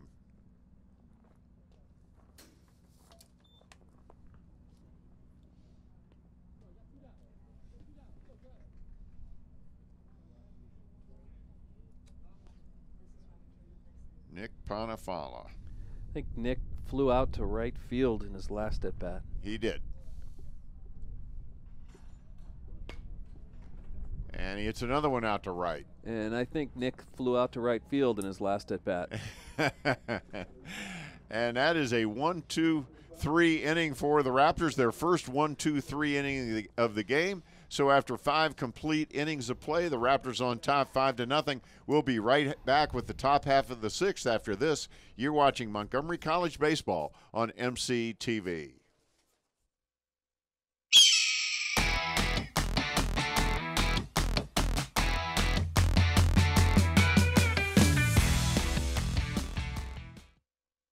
One word to describe Montgomery College: awesome. Interesting. Fun. Awesome. Perfect. Inspirational. Spectacular. Family. Nice. Diverse. Excelling. Surprising. Perfect. Opportunity. Fun. Great. Exhausting. Inspiring. Flexible. Excellent. Awesome. Awesome. Awesome.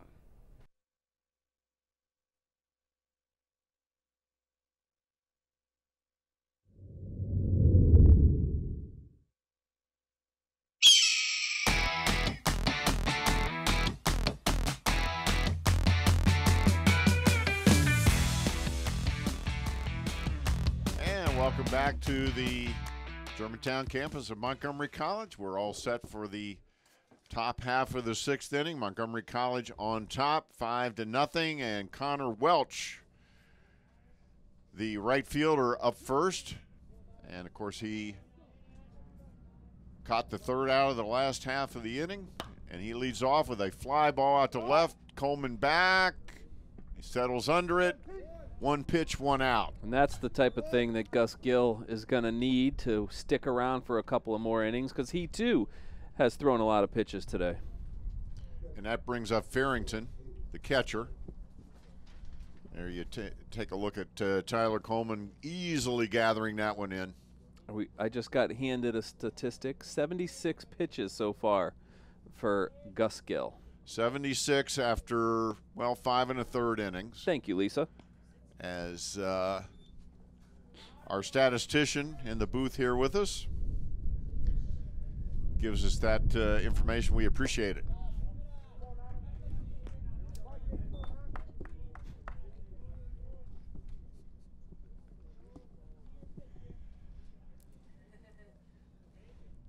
And here's the next pitch, a ground ball to Pino at second. No problem. Over to Hanley for the out.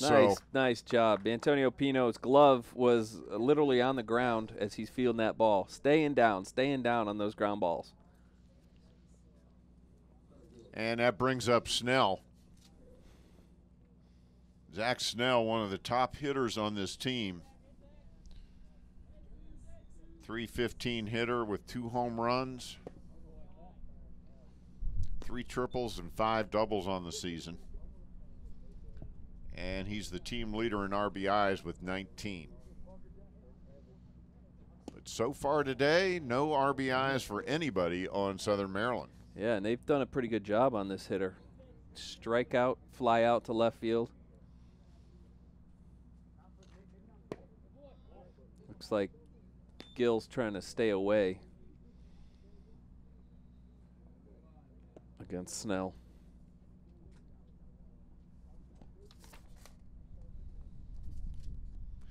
Montgomery College Raptors. They've only got 2 weeks left in this baseball season, 19-11 now. 2 weeks, and then it's tournament time. They'll have the Region 20 tournament as he loses Snell with a 2-out walk.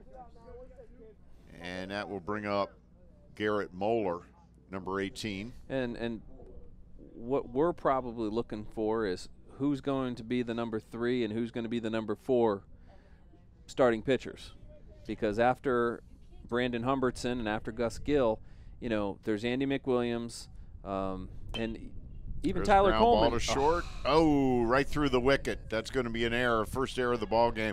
And there is as Velez had a great idea, but he threw the ball away. And it went right through the fence.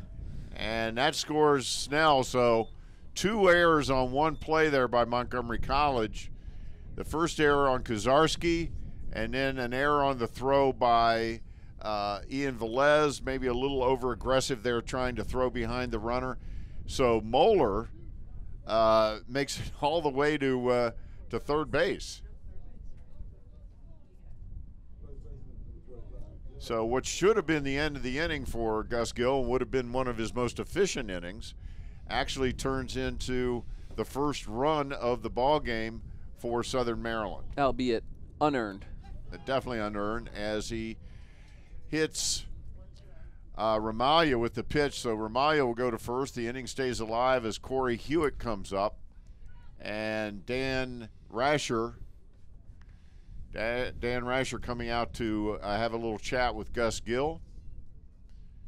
And we understand there is action in the Raptors bullpen. We cannot see the bullpen from here, so we're not sure who it is.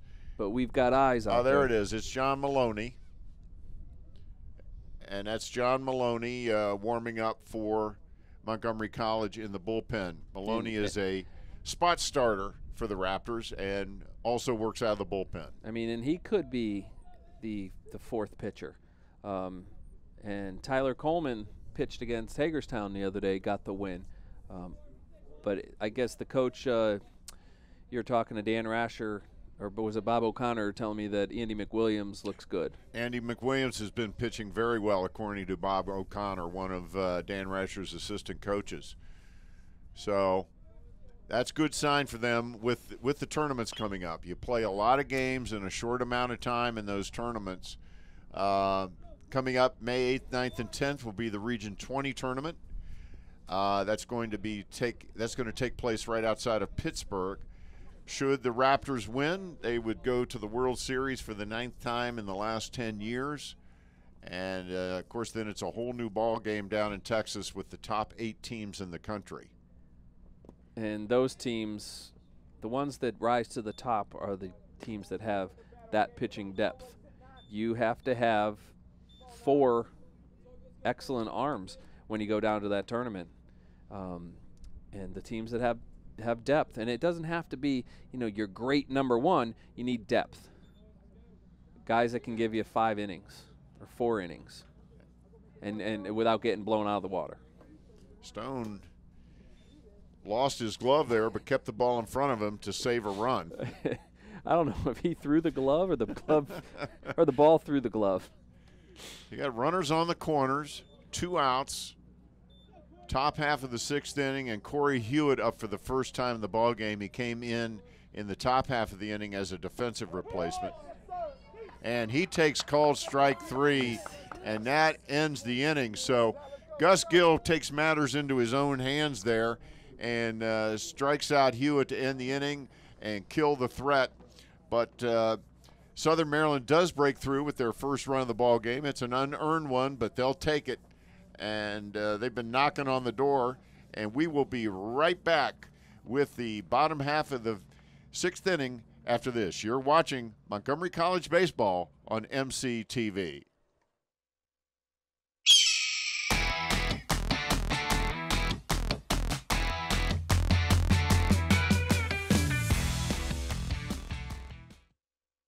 One word to describe Montgomery College: awesome. Interesting. Fun. Awesome. Perfect. Inspirational. Spectacular. Family. Nice. Diverse. Excelling. Surprising. Perfect. Opportunity. Fun. Great. Exhausting. Inspiring. Flexible. Excellent. Awesome. Awesome. Awesome.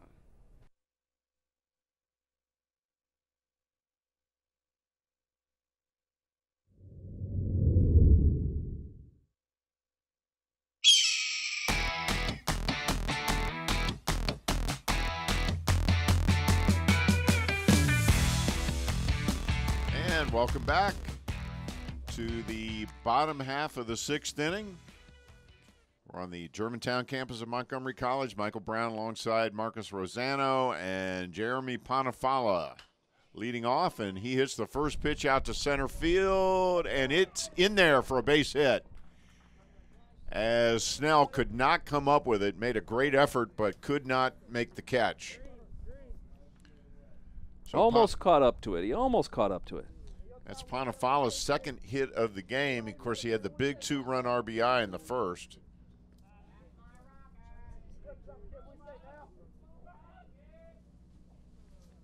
And Daniel Johnson was hit by pitch in his last at-bat. And scored. He scored on the pickle there, the pickle miscue. And but we don't know if it was the intentional pickle. That's true. And there's Johnson with a hard hit ground ball, base hit into left field. That was a grass cutter, as it never got off the ground, but it was hit hard. So 2 runners on, and here comes a little visit to the mound for Southern Maryland. And let's see if they go to the bullpen. As Andrew Surr gives up 2 back-to-back hits to start the bottom of the 6th inning. I mean, they didn't exactly hit the cover off the ball in these 2 hits. I mean, Ponifala's was a pop-up, and the hit by Daniel Johnson was a nicely placed hit with the third baseman playing pretty close to the grass. John Hanley coming up, and they're going to stick with Surr. He's pitched well, but he's given up a lot of hits. And once again, we have action in the bullpen for Southern Maryland. It's Noah Daniels who's back up, and it looks like there's a second guy out there as well. We'll see if we can't get a number. It may be a pitching coach watching him warm up. See if John Hanley can get a hold of something here and drive it. And he does. Hits it well out to left center field. Snell makes the catch, and and he's out. As Ponifala tries to tag and go to third base, but he is thrown out by Snell. That was a great throw by Snell. He went all the way back to the fence. That was a long throw and an accurate throw. That ball almost left the ballpark. And we take a look at it, and he was out as Hewitt held on to it. And it was nice that Corey Hewitt actually went to the ball. A lot of players will sit on third base and allow the ball to short hop them, and then your chances of making the play are futile, quite literally. But he went out and caught the ball and made the tag. But he knew that he had some time, too, because Ponifala is not the most fleet-of-foot baseball player we have out here. No, but that was a great throw. Great throw by Snell. And that's what it took to get him out. And Hewitt's move certainly saved the out. Had he waited for the ball, Ponifala may have beaten it out. So we've got 2 outs now in the bottom of the 6th. So what looked like a big inning for Montgomery College has had a little bit of the wind taken out of its sails by Nate Snell. Yeah, Zach Snell. Zach Snell.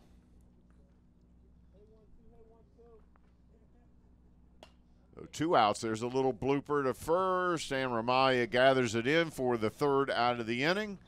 So after 6 complete innings of play, the Raptors on top 5-1. We'll be right back with the top half of the 7th inning after this. You're watching Montgomery College baseball on MCTV.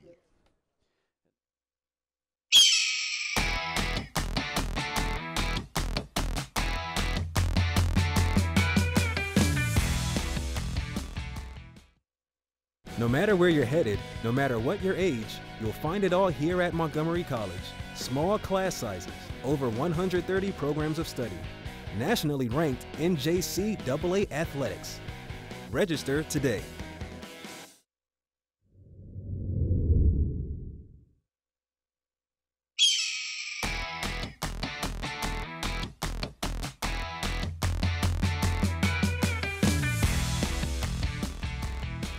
Welcome back to the Germantown campus of Montgomery College as we take a look at our booth and the Raptors logo right below us.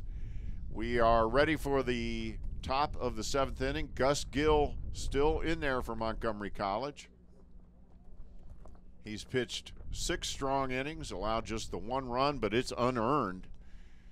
So by rights, he should have a shutout. And if he gets through this outing, without giving up that. I think a quality start in a 9-inning game would be 3 runs given up in over 6 innings. So he's well on his way to a quality start, and he should be, like you said, well on his way to a shutout. But when we talked about identity, you could see it. This team is going to put the ball in play. It's going to wreak havoc on the base paths. It's going to force your defense to make plays, and if you don't make plays, they're going to run around the bases. But they need to field the ball. And for the most part, they have been. Yeah, they've had 2 errors in the ball game. They both occurred on the same play, which allowed the 1 run to score for Southern Maryland. But other than that, they played flawlessly on defense. But again, knowing Dan Rasher as I do, he's not happy with those two errors. And it's taken a little bit of the the shine off of this gutsy performance by Gill. And leading off is Matt Bureau. There's still action in the Southern Maryland bullpen. We'll have to get a bird's eye view of the Montgomery College bullpen to see if there's still action down there. Again, I don't have a view of that from our vantage point. Matt Bureau drew a walk in his last at bat.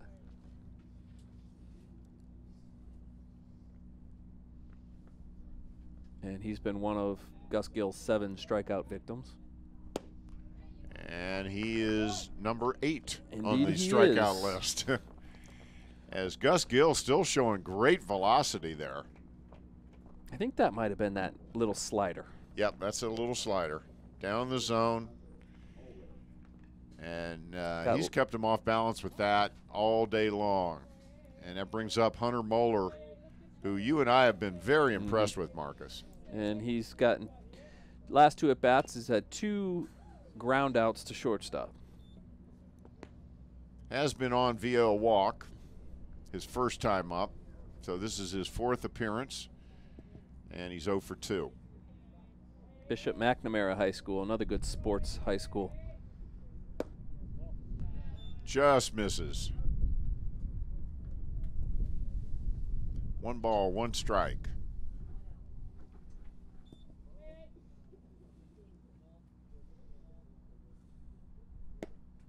And that's high. Moeller started the game at third base. He moved to third when Freshie was taken out of the game after his collision. Or at least we're assuming that's the reason he was taken out of the game. And that's in the dirt. So it's now 3 balls, 1 strike. Gill's fastball still has a little bit of life on it. At this point. He's approaching 100 pitches. I would imagine 100 is about the max that they would want him to go. And he loses him. So a 1-out walk to Moeller. And that brings up Tyler Bond, number 14. Great shot of Gus Gill by Paul Steinitz, our handheld camera guy over there in the Raptors dugout, doing a great job. All our camera people doing a wonderful job today. We appreciate it so much. And there's a foul back.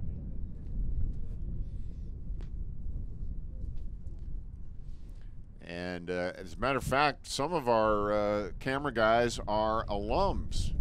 Paul Steinitz is an alum, way out there in center field, all by his lonesome. Ed Clark, another alum. Down the third base line, James McLean, another alum. Corey Wallace on first base, another alum. So, and he works for the college, but he's an alum too. That's our right field camera guy, Stan Jones. So all the guys on camera are alums. Did they have moving pictures when Stan Jones was in college? Well, they had the kinetoscope. The old kinetoscope. Yeah. There's a hard ground ball single into right field.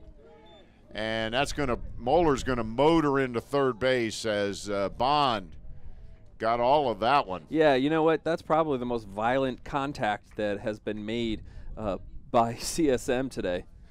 I don't have any question. That's their hardest hit ball of the day. And here you see Moeller coasting into third base. So now, with one out, runners on first and third, and that brings up Connor Welch. You know, and that's where the last inning where MC had a threat and Sear got out of it. That really kind of shows up right now.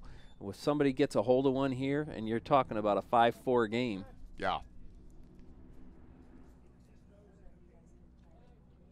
So, yeah, things could change quickly. And Connor Welch has a double, and he flied out to left field in his last at-bat. So he's made contact every time up. Oof. Throw to first almost got away as Hanley saved a run there. Came off the bag to grab that pickoff attempt. One out. Top half of the seventh inning. There's another throw over.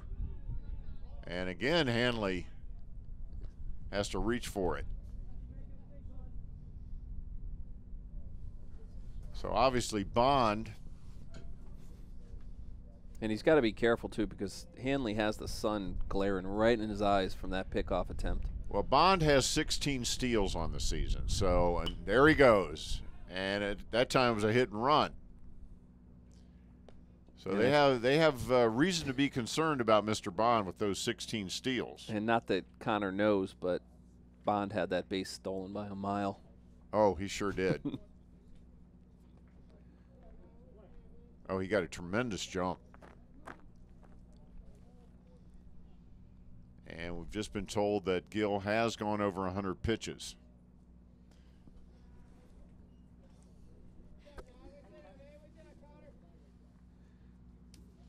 Again, I cannot see the MC bullpen, so I'm not sure if there is action down there or not.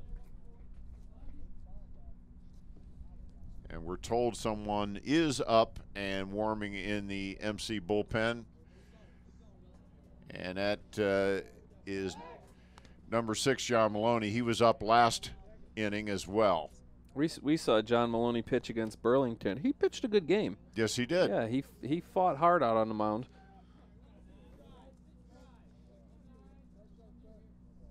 And my guess is we'd be about one base hit away from seeing John Maloney on the mound.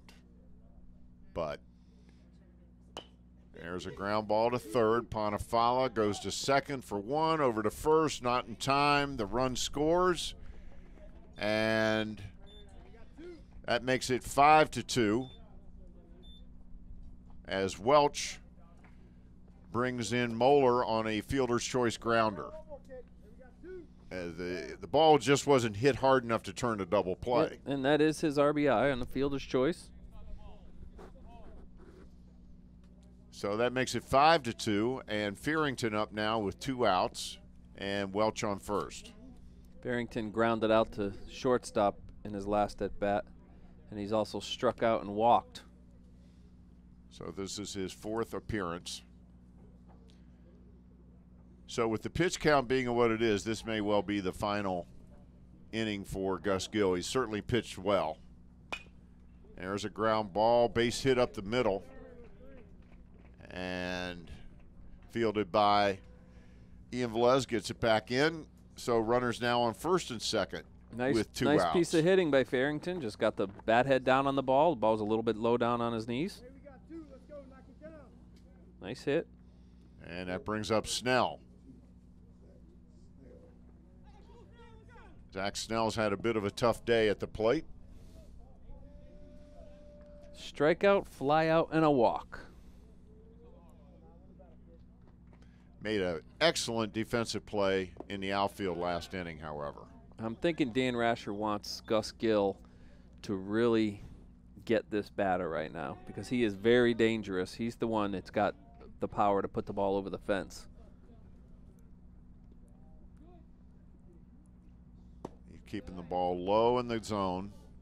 And he tried to stay away on Snell the last at bat, and he ended up putting him on base via free pass.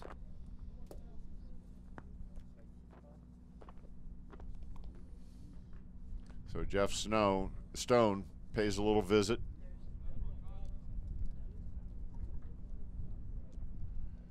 As Gus Gill throwing a lot of pitches.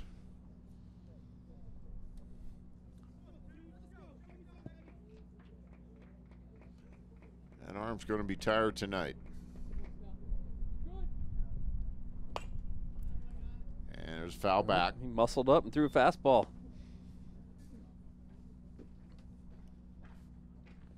I'm impressed with Gus Gill. He's great control, good velocity, and a very steady guy out there. Doesn't appear to get flustered. Real competitor. And that ball gets away, and the runners will advance. So now you got runners on second and third with 2 outs. That's a wild pitch. That ball was in the dirt. Stone couldn't do much with that. No. But Jeff Stone's been playing a heck of a game behind the plate today. Oh, very solid.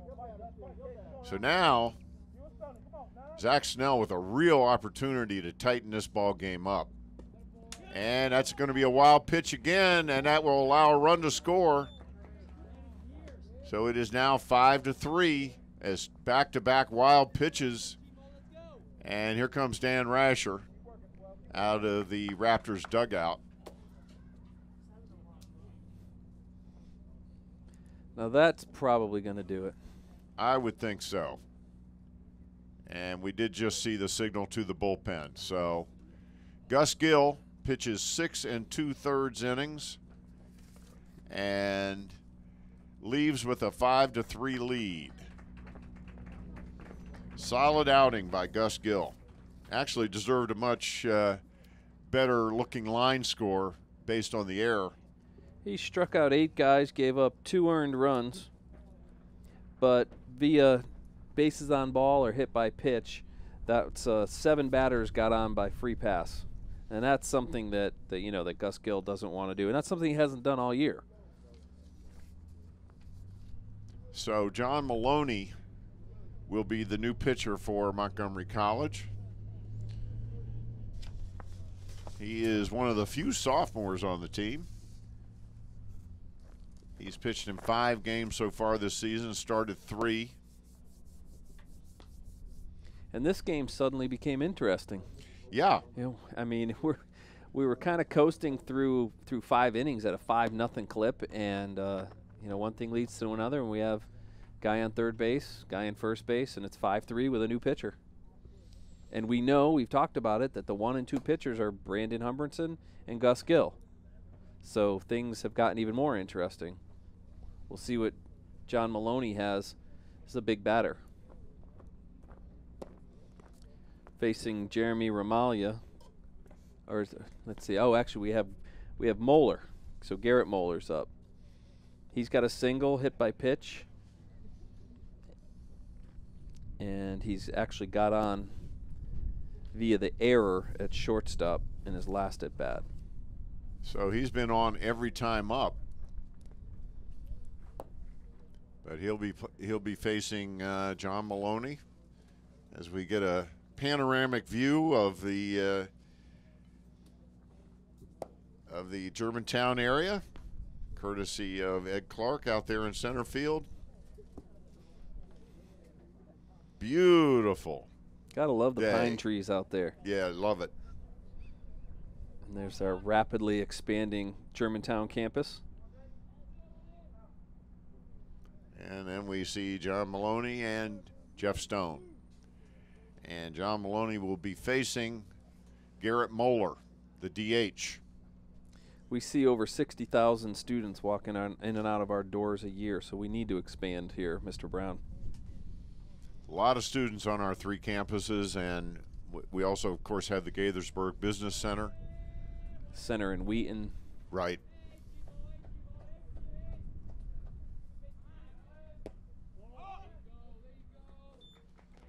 And that's an uncontested steal there. So now 2 runners in scoring position. A base hit ties this thing up, potentially. So John Maloney got to bear down. And he hits the batter. So the bases are now loaded, and that brings up Jeremy Ramalia, the first baseman. And there is nowhere to put Mr. Ramalia. No, there is not.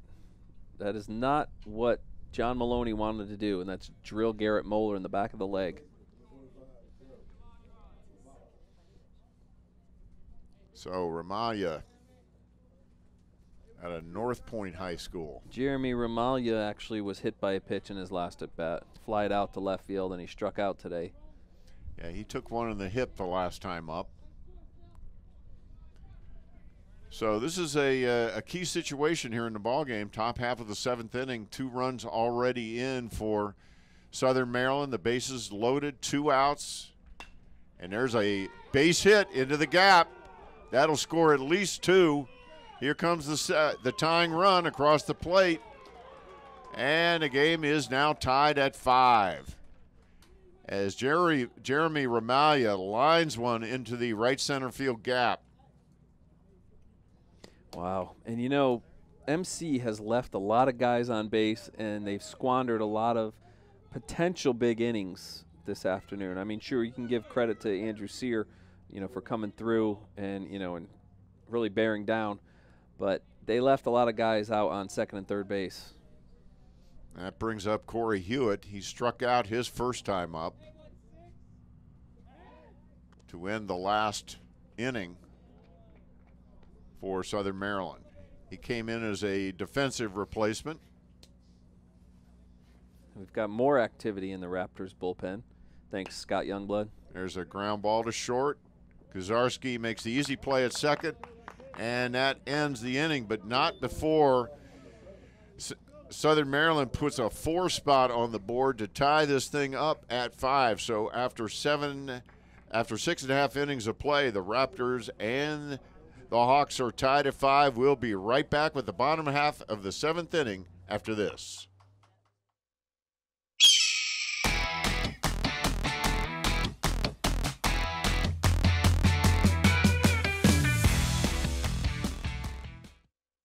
No matter where you're headed, no matter what your age, you'll find it all here at Montgomery College. Small class sizes, over 130 programs of study, nationally ranked NJCAA athletics. Register today.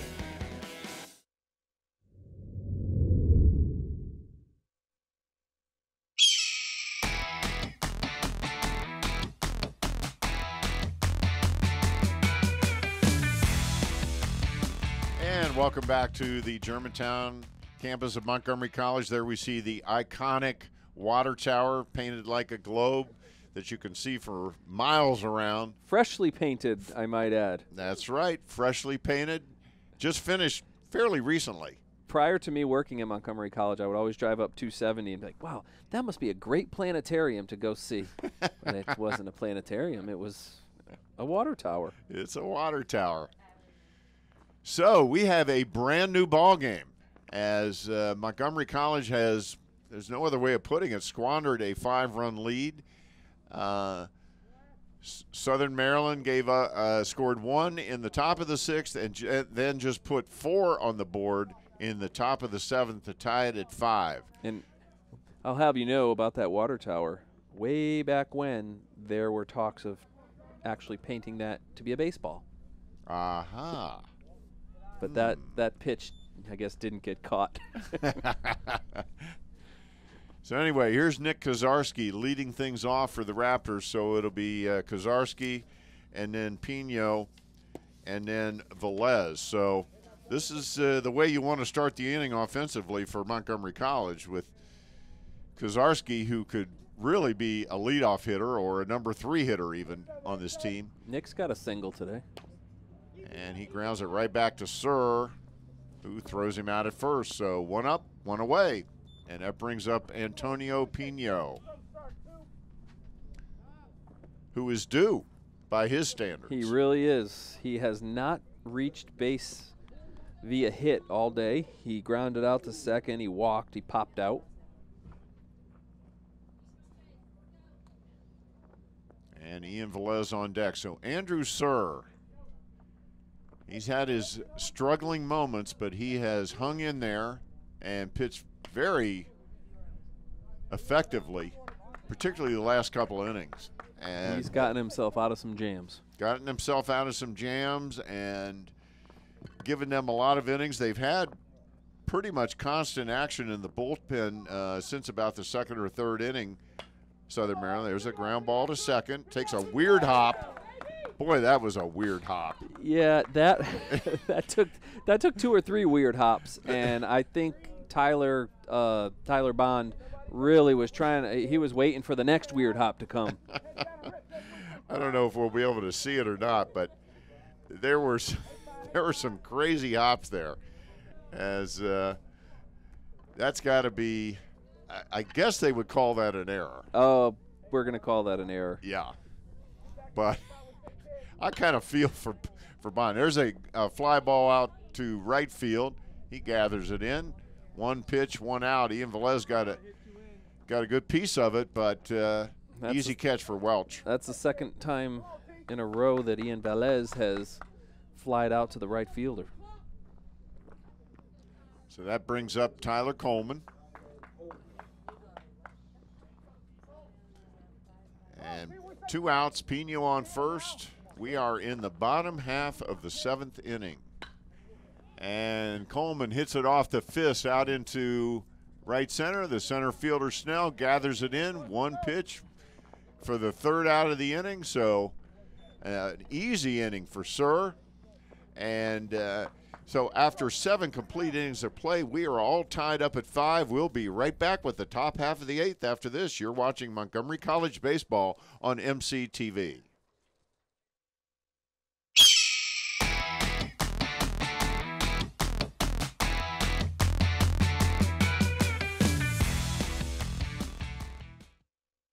One word to describe Montgomery College: awesome.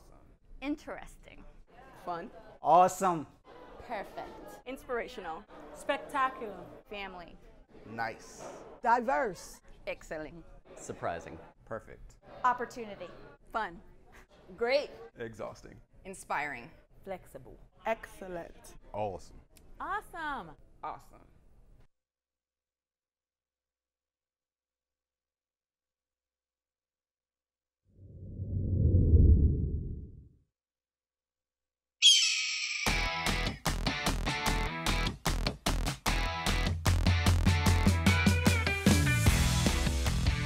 And welcome back to the beautiful Germantown campus of Montgomery College as we get a nice view of the campus in the background there, the high technology building. We are in the top half of the 8th inning, and we're all tied up at 5 as John Maloney starts his 2nd inning of work, and he'll be facing a pinch hitter, Cameron Hammonds.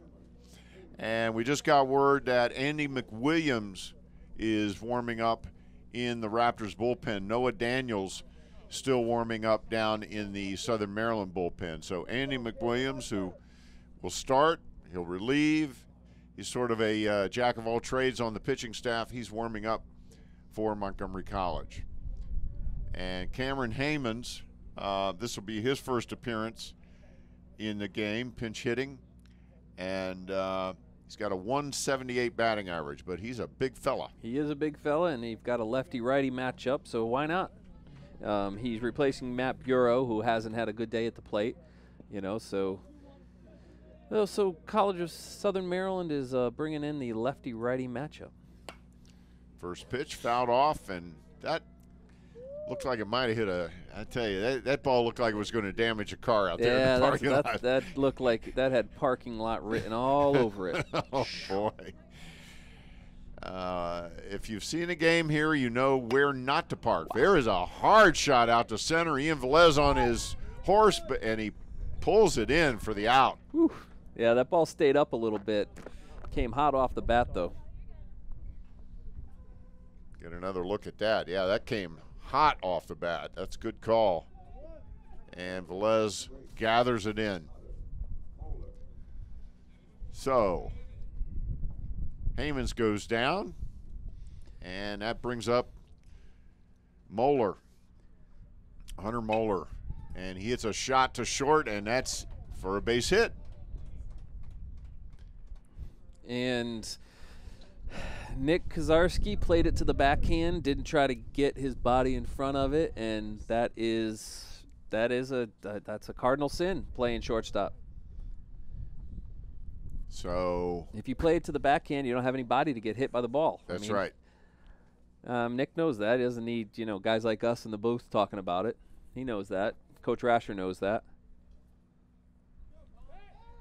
So that brings up Tyler Bond. So Moeller on first, and Moeller is a threat to steal. He's got 2 so far on the season. And this is a situation where you could see them run, possibly pull a hit and run.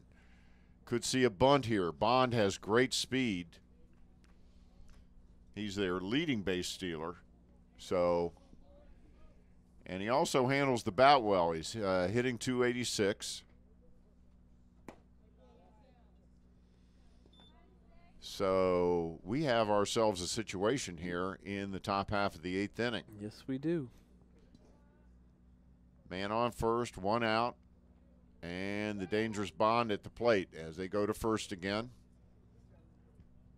Yeah, he singled hard last bat.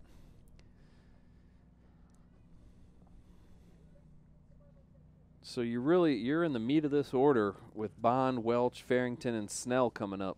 Yeah, this is a dangerous stretch of hitters here for Maloney. Oh, that was a little closer. It was close.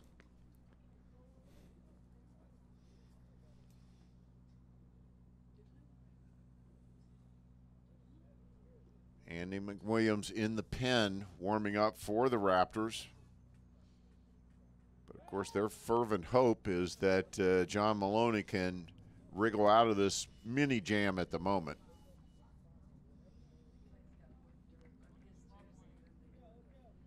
John Maloney, one of the few returning players on the Raptors team from last year's championship team. Way outside. The best case would be a double play, but with the speed of Bond, that's a long shot. That's going to be tough. He's going to have to hit one hard right at somebody in order to be doubled up, in my opinion. Unless, of course, it's some kind of a fluke double play. And that's also outside.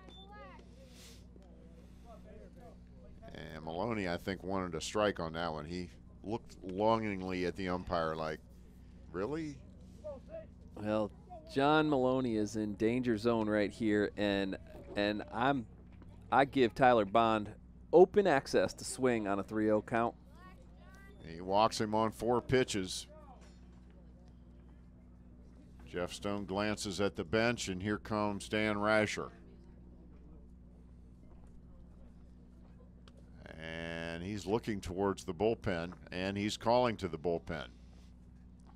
So John Maloney will take a seat.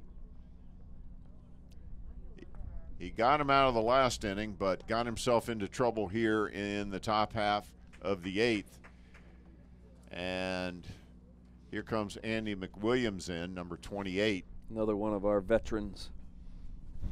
One of the returners from last year. Has been pitching well of late, we're told. We have not seen him pitch this year. But he comes into a bit of a sticky wicket here with 2 runners on, just 1 out.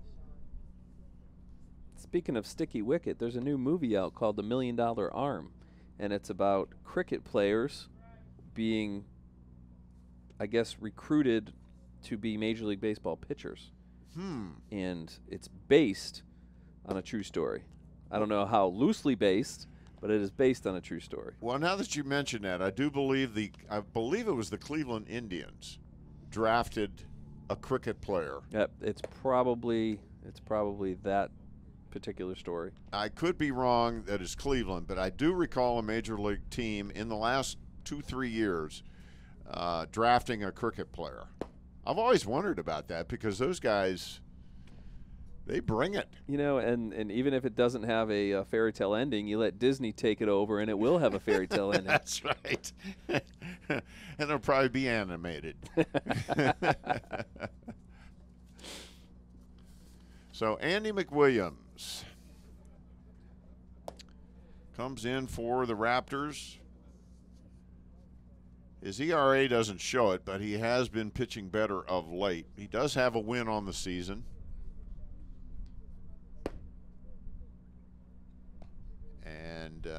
But he has got himself a situation. Connor Welsh will be the first batter that he'll face. And Connor Welsh had a fielder's choice RBI in his last at bat, flied out to left field. He's also doubled and struck out. So he's been in the thick of the action here. So let's set the scene for you again. We are all tied at 5, top half of the 8th inning. New pitcher in, Andy McWilliams. 2 runners on and just 1 out for the College of Southern Maryland, who, quite frankly, they've been threatening a good deal of the day. They have. And Gus Gill worked his way out of a lot of jams with the strikeout. There's a ground ball to third. Ponifalo to second for 1, to first. And what was the call? He's safe at first. Did not see the call for a second. Nice play by Ponifalo, not worrying about the runner barreling down to third base. He did make a good throw to Pino at second, and Pino turned the double play, but not in time. Good idea by Ponifalo. So, a lot of guys would have tried to deal with that runner going to third. Right, and likely would have missed the tag. And would have been in real trouble. So, Farrington up now. 2 outs, man on first and third.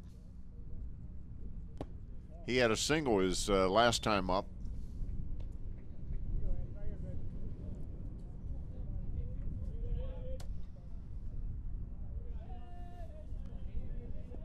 And we've just been informed that Andrew Surr will be coming out of the game for Southern Maryland after 7 full innings, and he'll be replaced by Noah Daniels.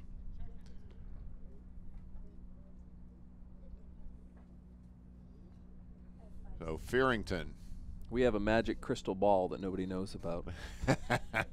we have a mole in the Southern Maryland dugout, and that's in the dirt. Nice stop, Jeff Stone. Saved the go-ahead run right there. I've been impressed with Jeff Stone today. I'll tell you what, if MC can get out of this inning still at 5-5, I'm going to be amazed. Yeah, this doesn't feel right now. Farrington had an excellent bat last time. Cracked a single to center field. There's the pitch. He fouls it back. You know, that I'm not sure what pitch that was. Maybe it was a fastball. That thing actually ran in on the hands on a right-handed batter. It sort of did. a tailing motion. I guess maybe it's just, you know, a lot of movement on that fastball. Runners on the corners. MC was enjoying, up until the top half of the 6th inning, a 5-run comfortable, what looked like was going to be a comfortable cruise to victory. But things have changed in the last 2 innings. There's a hard ground ball, and it hits the runner, and he is out. And that is the end of the inning. And, boy, you talk about bad luck. Or how about catching a great break? Oh, my gosh. Because that was a single. Oh, that was clearly a base hit. I mean, and the runner was doing what he's supposed to do. He's supposed to run, but he is supposed to keep his eye on the ball. And, wow, what a turn of events there. Because that ball was hit hard by Farrington. I don't even know how to score that. I'm sitting here trying to write. I'm not sure how you score that. That is one of one of the weird plays in baseball. That's something you might go a whole season and never see. And to end an inning and to end the go-ahead run in the 8th inning. And it's funny, I was looking at our scoreboard here, and you would reset the scene. And when folks are flipping around on on cable here, and they run past 9 and get to channel 10, they see 5-5, 8th inning, and people stop. Right. And they're going to just see a crazy inning-ending But I can't describe it. I mean, Farrington hit it right on the bean. If you get hit with the ball, then you're obviously out. It just doesn't seem to happen to end the inning. Wow. And our crystal ball was somewhat cloudy because Sear is still on the mound. Andrew Sear is still in there, but we do have a new left fielder, and that is Dominic Zupito. And so he replaces. He goes into right field. He replaces Welch. Or no, I'm sorry. He replaces Bureau. And we have no stats on Dominic, so he may have just applied and been accepted to Southern Maryland this morning. I kid. He's actually done most of his work as a pitcher. Ah, that makes sense. Which is why he doesn't have any statistics listed. So, anyway, he moves into right field.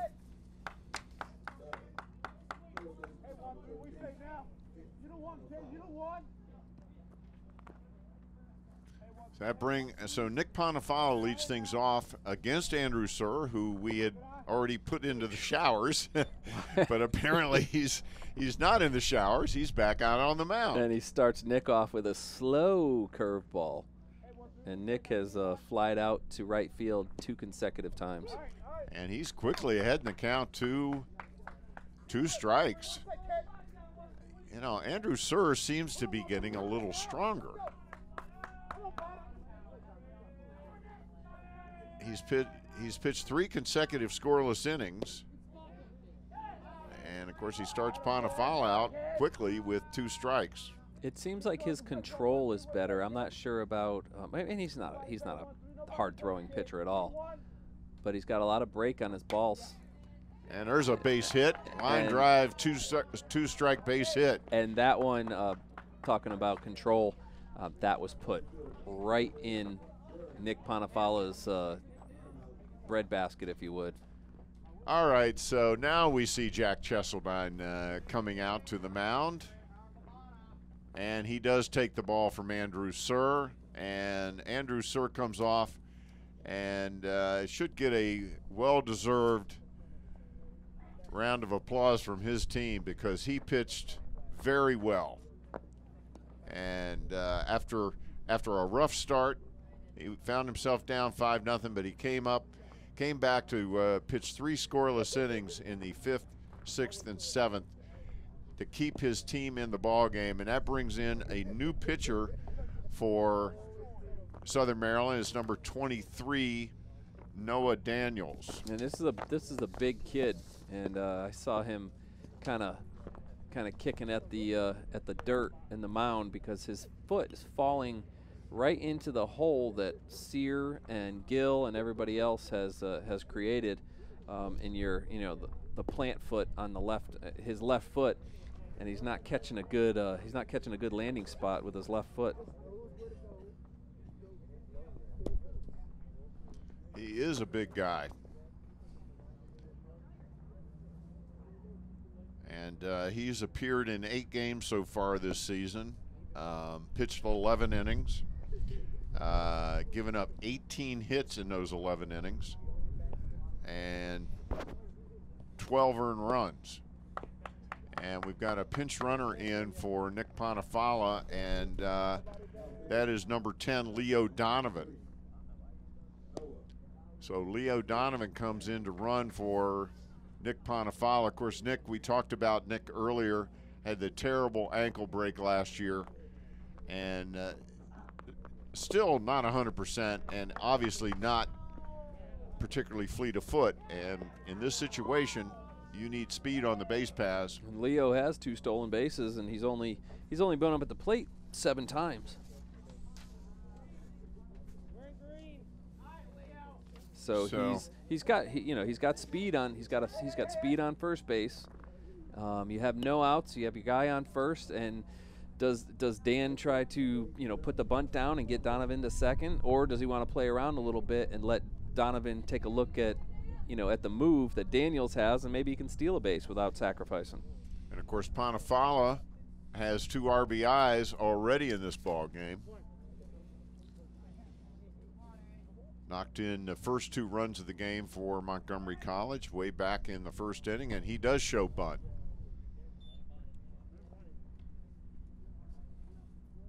So bottom of the 8th inning. 5-5, Raptors with a man on first, nobody out. Jeremy Panafala at the plate. I don't know how committed the Raptors and Jeremy and Rasher are to actually putting the bunt down. I'd want to see a couple of strikes. Shows bunt again, pulls it back, and it's ball 2. So Noah Daniels in a tight situation here for Southern Maryland. They have fought back admirably. I tell you, they've given us a good ball game today. This is a gutsy team. And I tell you what, Hayden Farrington went out there and had something to say to his pitcher, his battery mate, and I don't think it was, admiring how beautiful a day it is. No, and it was quick and to the point. My guess is it had something to do with throwing strikes. Again, he shows bunt, and this time he goes to first. So it looks like, well, they're going to make him throw a strike here. Yeah, I'm telling Jeremy to not actually put this bunt down. Just square, wave the bat around, jump up and down, do jumping jacks, let him throw a strike. There it is. And there it is. So 2 balls, 1 strike. And Jeremy studying third base coach and also head coach Dan Rasher. Now I'm going to predict we got the bunt sign, Michael. I could be wrong. And goes back over to first. Donovan in easily.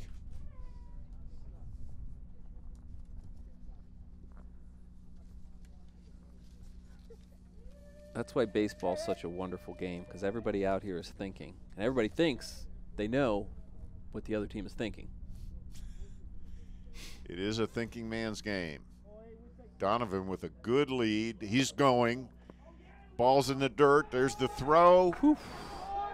And he's safe as the ball got away. My view was completely blocked from our vantage point there, so I appreciate the heads up from the truck. Yeah, we actually have 1, 2, 3, 4, 5 people within our line of sight. Yeah, we've got a lot of guys to watch through. So now we have Leo Donovan in second, and let's see if he's showing bunt now or is he hitting away. 3 balls, 1 strike. I'm saying he's going to make him throw another strike. And he bounds it into the ground. Oh, they go to third. Oh, Leo Donovan. You got to make him throw. You got to make that shortstop throw the ball to first, and then you go. So Leo Donovan runs into an out at third base. Leo got stuck. Leo thought the shortstop was going to first base. He really thought that. And then he saw the ball ahead of him. To be honest with you, I thought he was going to first base as well, and that's a great play. That's a great play. And who's that, Moeller again at shortstop? But he obviously had plenty of time to make an easy throw to third base. So of course that's the natural play. But here I am, and so is Leo Donovan thinking first base. And we have another pinch runner now. William Webb in. He takes over for Jeremy Panafala, who was who was safe at first on the fielder's choice. But the important runner for Montgomery College, Leo Donovan, thrown out at third. So that brings up Daniel Johnson. And Daniel singled his last at bat. Well, now they're going to make the Raptors earn their way to getting that 6th run. Johnson grounded a single into left field his last time up. William Webb on first.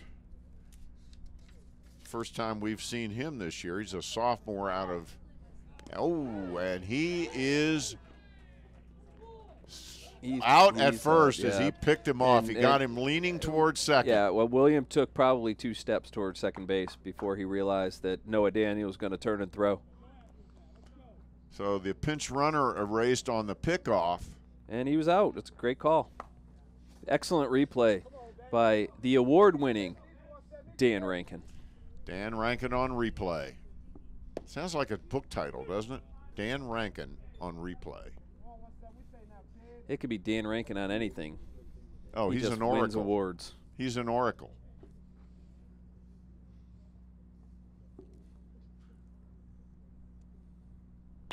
And there's a hard hit ball out to center field, but Snell is right there to gather into third out. So after 8 complete innings of play, we are all tied up at 5. We're going to take a quick break. We'll be right back with the top of the 9th after this. You're watching Montgomery College Baseball on MCTV.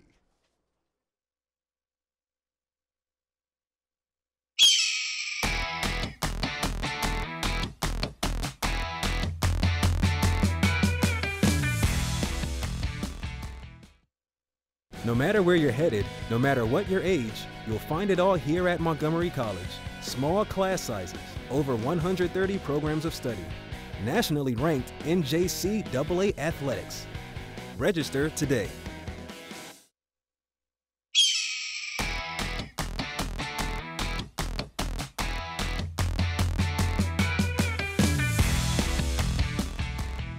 And welcome back to the Germantown campus of Montgomery College. We are just about ready to start the top of the 9th inning. We're all tied up at 5. Of course we're all tied up at 5. And Andy McWilliams still on the hill for Montgomery College. And with the pinch runners that we had in the last half of the inning, we should have some defensive changes. We do. We have William Webb. He is now in right field. And Daniel Johnson has moved from DH to third. And I believe that is the extent of our changes at the moment. So, has there ever been a better definition of running yourself out of an inning than what we just saw? No. I No. mean, Leo Donovan didn't take enough time to see what the shortstop was going to do with the ball right behind him. Took off for third, got nailed. And then William Webb got Picked caught off. leaning towards second base, picked off. And, I mean, Dan Rasher doesn't show any emotion, but I cannot imagine what's going on underneath that helmet. Oh, let me tell you. He's chewing the tops off his molars. I'll tell you that right now. Man.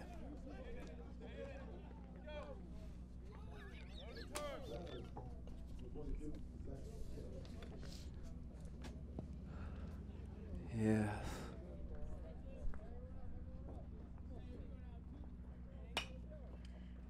There's a ground ball to Kozarski. That time the backhand play works, and he gets the runner at first. Now that's a beautiful play. That hop came right up to him. Backhand, big step and throw. That was a really nice play by Kozarski. And 22, Zach Snell slid into first trying to beat the throw, but you know they've done studies on that, and it shows that you don't get there any faster. Well, you get the points for looks, but Yeah. And how many, or broken thumbs. Yeah. Just ask what's his name, Hamilton, for the Josh Hamilton. Josh yeah. Hamilton just broke his thumb sliding into first base. There's $30 million sitting on the bench. $30 million a year player sitting on the bench because he slid into first head first. But you do get on SportsCenter doing that. Yes, you do.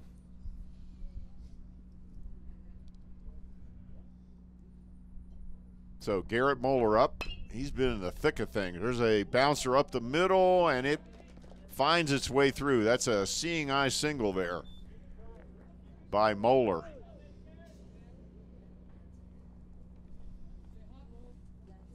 And it bounced off McWilliams' glove and then under Pino, and Williams made a nice try for it.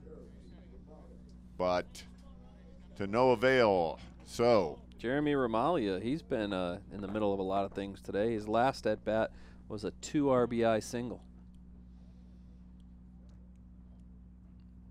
So McWilliams now with a man on first, 1 out, top of the 9th inning. Throw to first.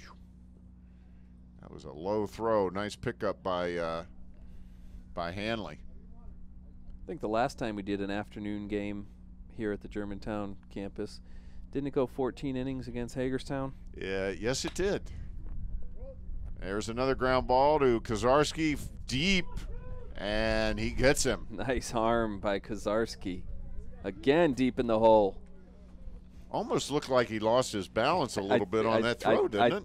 I think his plant foot slipped out from under him a little bit, but he had enough arm. 2 nice plays by Kozarski. Moeller does move up to second on the fielder's choice ground out, so 2 outs now. Hewitt up and Moeller at second base. And there's a fly ball out to left field. It's deep, and it is off the fence. And Moeller scores to put Southern Maryland ahead 6-5. Wow. As Corey Hewitt coming up with a huge hit.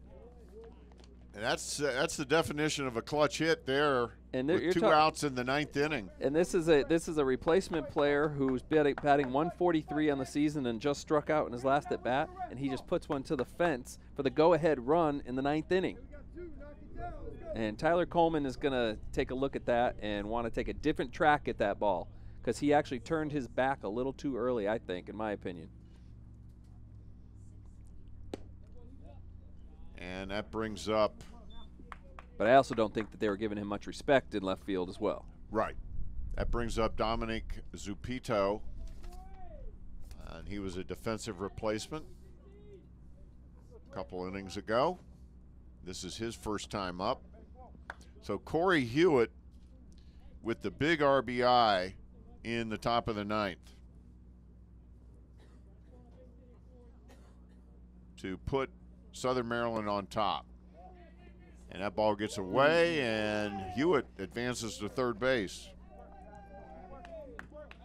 Well, Andy McWilliams needs to just throw 3 straight strikes because Zupito, like we were talking about earlier, has no offensive stats.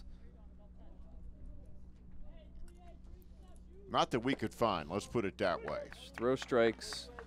Get out of here down 6-5 and see what happens in the bottom of the 9th.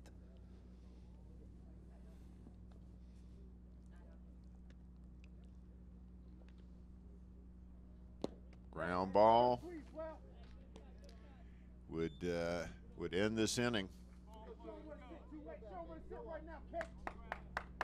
And Andy McWilliams, not particularly a strikeout pitcher. He's more of a ground ball pitcher. And that's what he's looking for right here. Although Corey Hewitt hit anything but a ground ball. Went all the way to the fence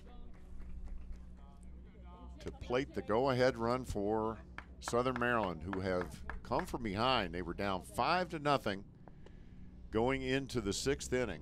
And it's been all Southern Maryland since then. Yes. I'm just sitting here sighing. That's not what you want to do. You walk a guy who has no stats that we could find offensively, and here you have your leadoff hitter, one of the most dangerous players in the ballpark. Well, their top hitter in terms of average, their top hitter in terms of on-base percentage, the team spark plug, and there's a ball, there's a throw to third. They got Hewitt. And they picked him off. Wow. As Jeff Stone picks off Hewitt at third, and boy, that's a good way to get Moeller out. Oh my goodness. So that takes the bat right out of Moeller's hand. And Jack Cheseldine, he's got to be doing a Dan Rasher imitation right now as Jeff Stone picks him off at third base. And so both teams not using the greatest of intelligence at on the bases. Nope. The baseball IQs are low today. Taking a hit. So we have a new pitcher out there for For the for Southern Maryland, it's number 18, Garrett Moeller, who's been in right field the entire game, and now they're bringing him in to try to close things out. He does have 2 saves, and he's got a 2.19 ERA. So he's probably their closer. He's pitched 12 innings, 9 appearances, has allowed 16 hits, 8 runs, 3 earned, 2 walks, and 9 strikeouts. And his delivery is like the polar opposite of what Mr. Sears was. He brings the ball from behind his left hip to come over the top. He's a long, lanky guy. Yep. Real long arms, long legs. He's all arms and legs. Yeah, that's what you have coming at you, arms and legs. And he just kind of wings it in there from way behind.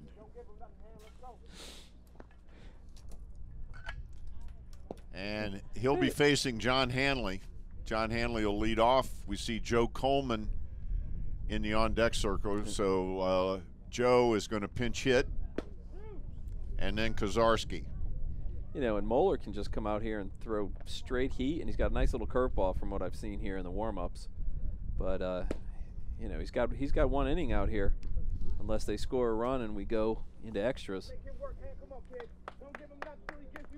Let's see if Hanley actually got into one his last at bat.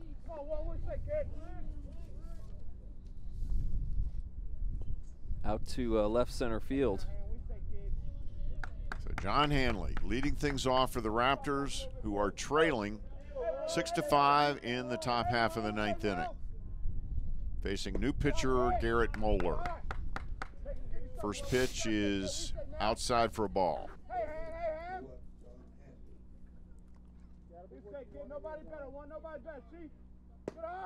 Ball outside. So he starts him out 2-0. So we obviously have a new right fielder. I have not been able to pick up his number because looks like we have a new right fielder. I could be wrong.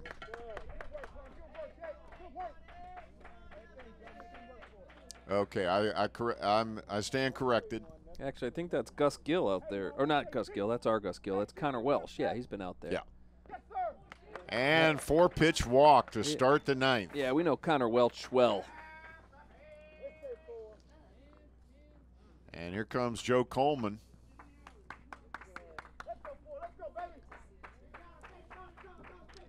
So Garrett Moeller did exactly what his head coach would not want him to do, which is to walk the leadoff hitter. Well, you know, and Hanley, and talking to Dan Rasher, he's a big guy, and he only plays first base, of course, and that's not I guess a prototypical base-stealing base or position, but he's got some wheels. So I don't know. Do you let him, and especially with this big long delivery that this pitcher has, do you let Hanley try to steal the base instead of giving up the out with Joey Coleman putting a bunt down? Well, let's see. That's a good situation here. Hanley had a good lead, but didn't, and Coleman did not show bunt. No, he did not.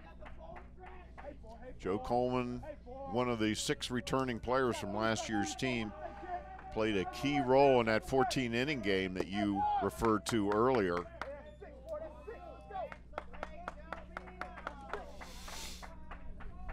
And he's already ahead in the count, 2 balls, no strikes. So Moeller is yet to throw a strike to his first 2 hitters. And there's one. It's interesting because that's the same pitch that he threw in the pitch before and didn't get the call. Right.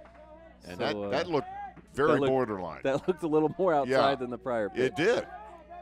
But so of course, he hasn't been exactly throwing the ball around. Now he's showing bunt. And he puts it down. It's a good one.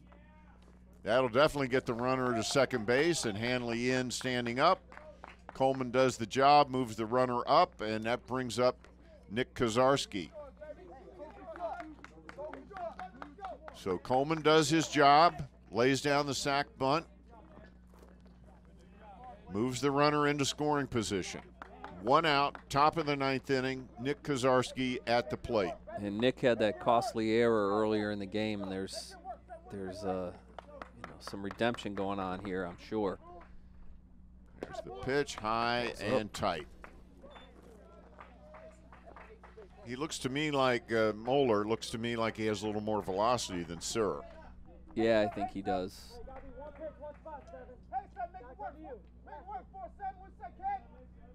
There's the pitch, ground ball. That killed a couple of worms. And they're saying it's a foul ball. So the worms get another life. That ball was just like digging into the grass, but it hit foul first. Nick was thrown out on a ground ball back to the pitcher in his last at bat. And he has a single. Good hitter, leading home run hitter on the team with 3. And Farrington upset about something. I think they had a play on and maybe the pitcher wasn't aware of it. I'm not sure, but Farrington was really hot about something there. The shortstop was there, and I don't think the pitcher was. Woo! All inside. That had a lot of break on that. The one good thing about sitting behind the plate as we are right now, we could see all the different breaks in these pitches. 2 balls, 1 strike. 1 out, top of the 9th. John Hanley on second base. And Kozarski takes it high and away, 3-1. And you got the top of the order right behind him. So if Kozarski can eke out a walk right now, you got a great contact hitter right behind him in Antonio Pino, who's very due, we might add. I think Nick should take another look. Here's the pitch, fouls it back. He got a good pitch. You got to give him credit for taking a hack. Oh, he had to take a cut at that one. I mean, yeah, he got a nice pitch. He just got to swing at that pitch. He's a good hitter. He's a 350 hitter. So if he gets the pitch he's looking for, he should hack at it. Yeah, you're right. Watch that curveball. And he pops it up, foul, and that's over the top of our heads. Came in with a fastball right on the hands.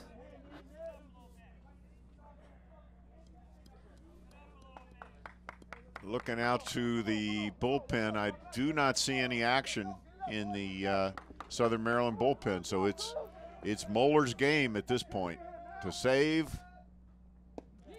And that is strike 3 as it broke in. There's that curveball. He went outside with a fastball.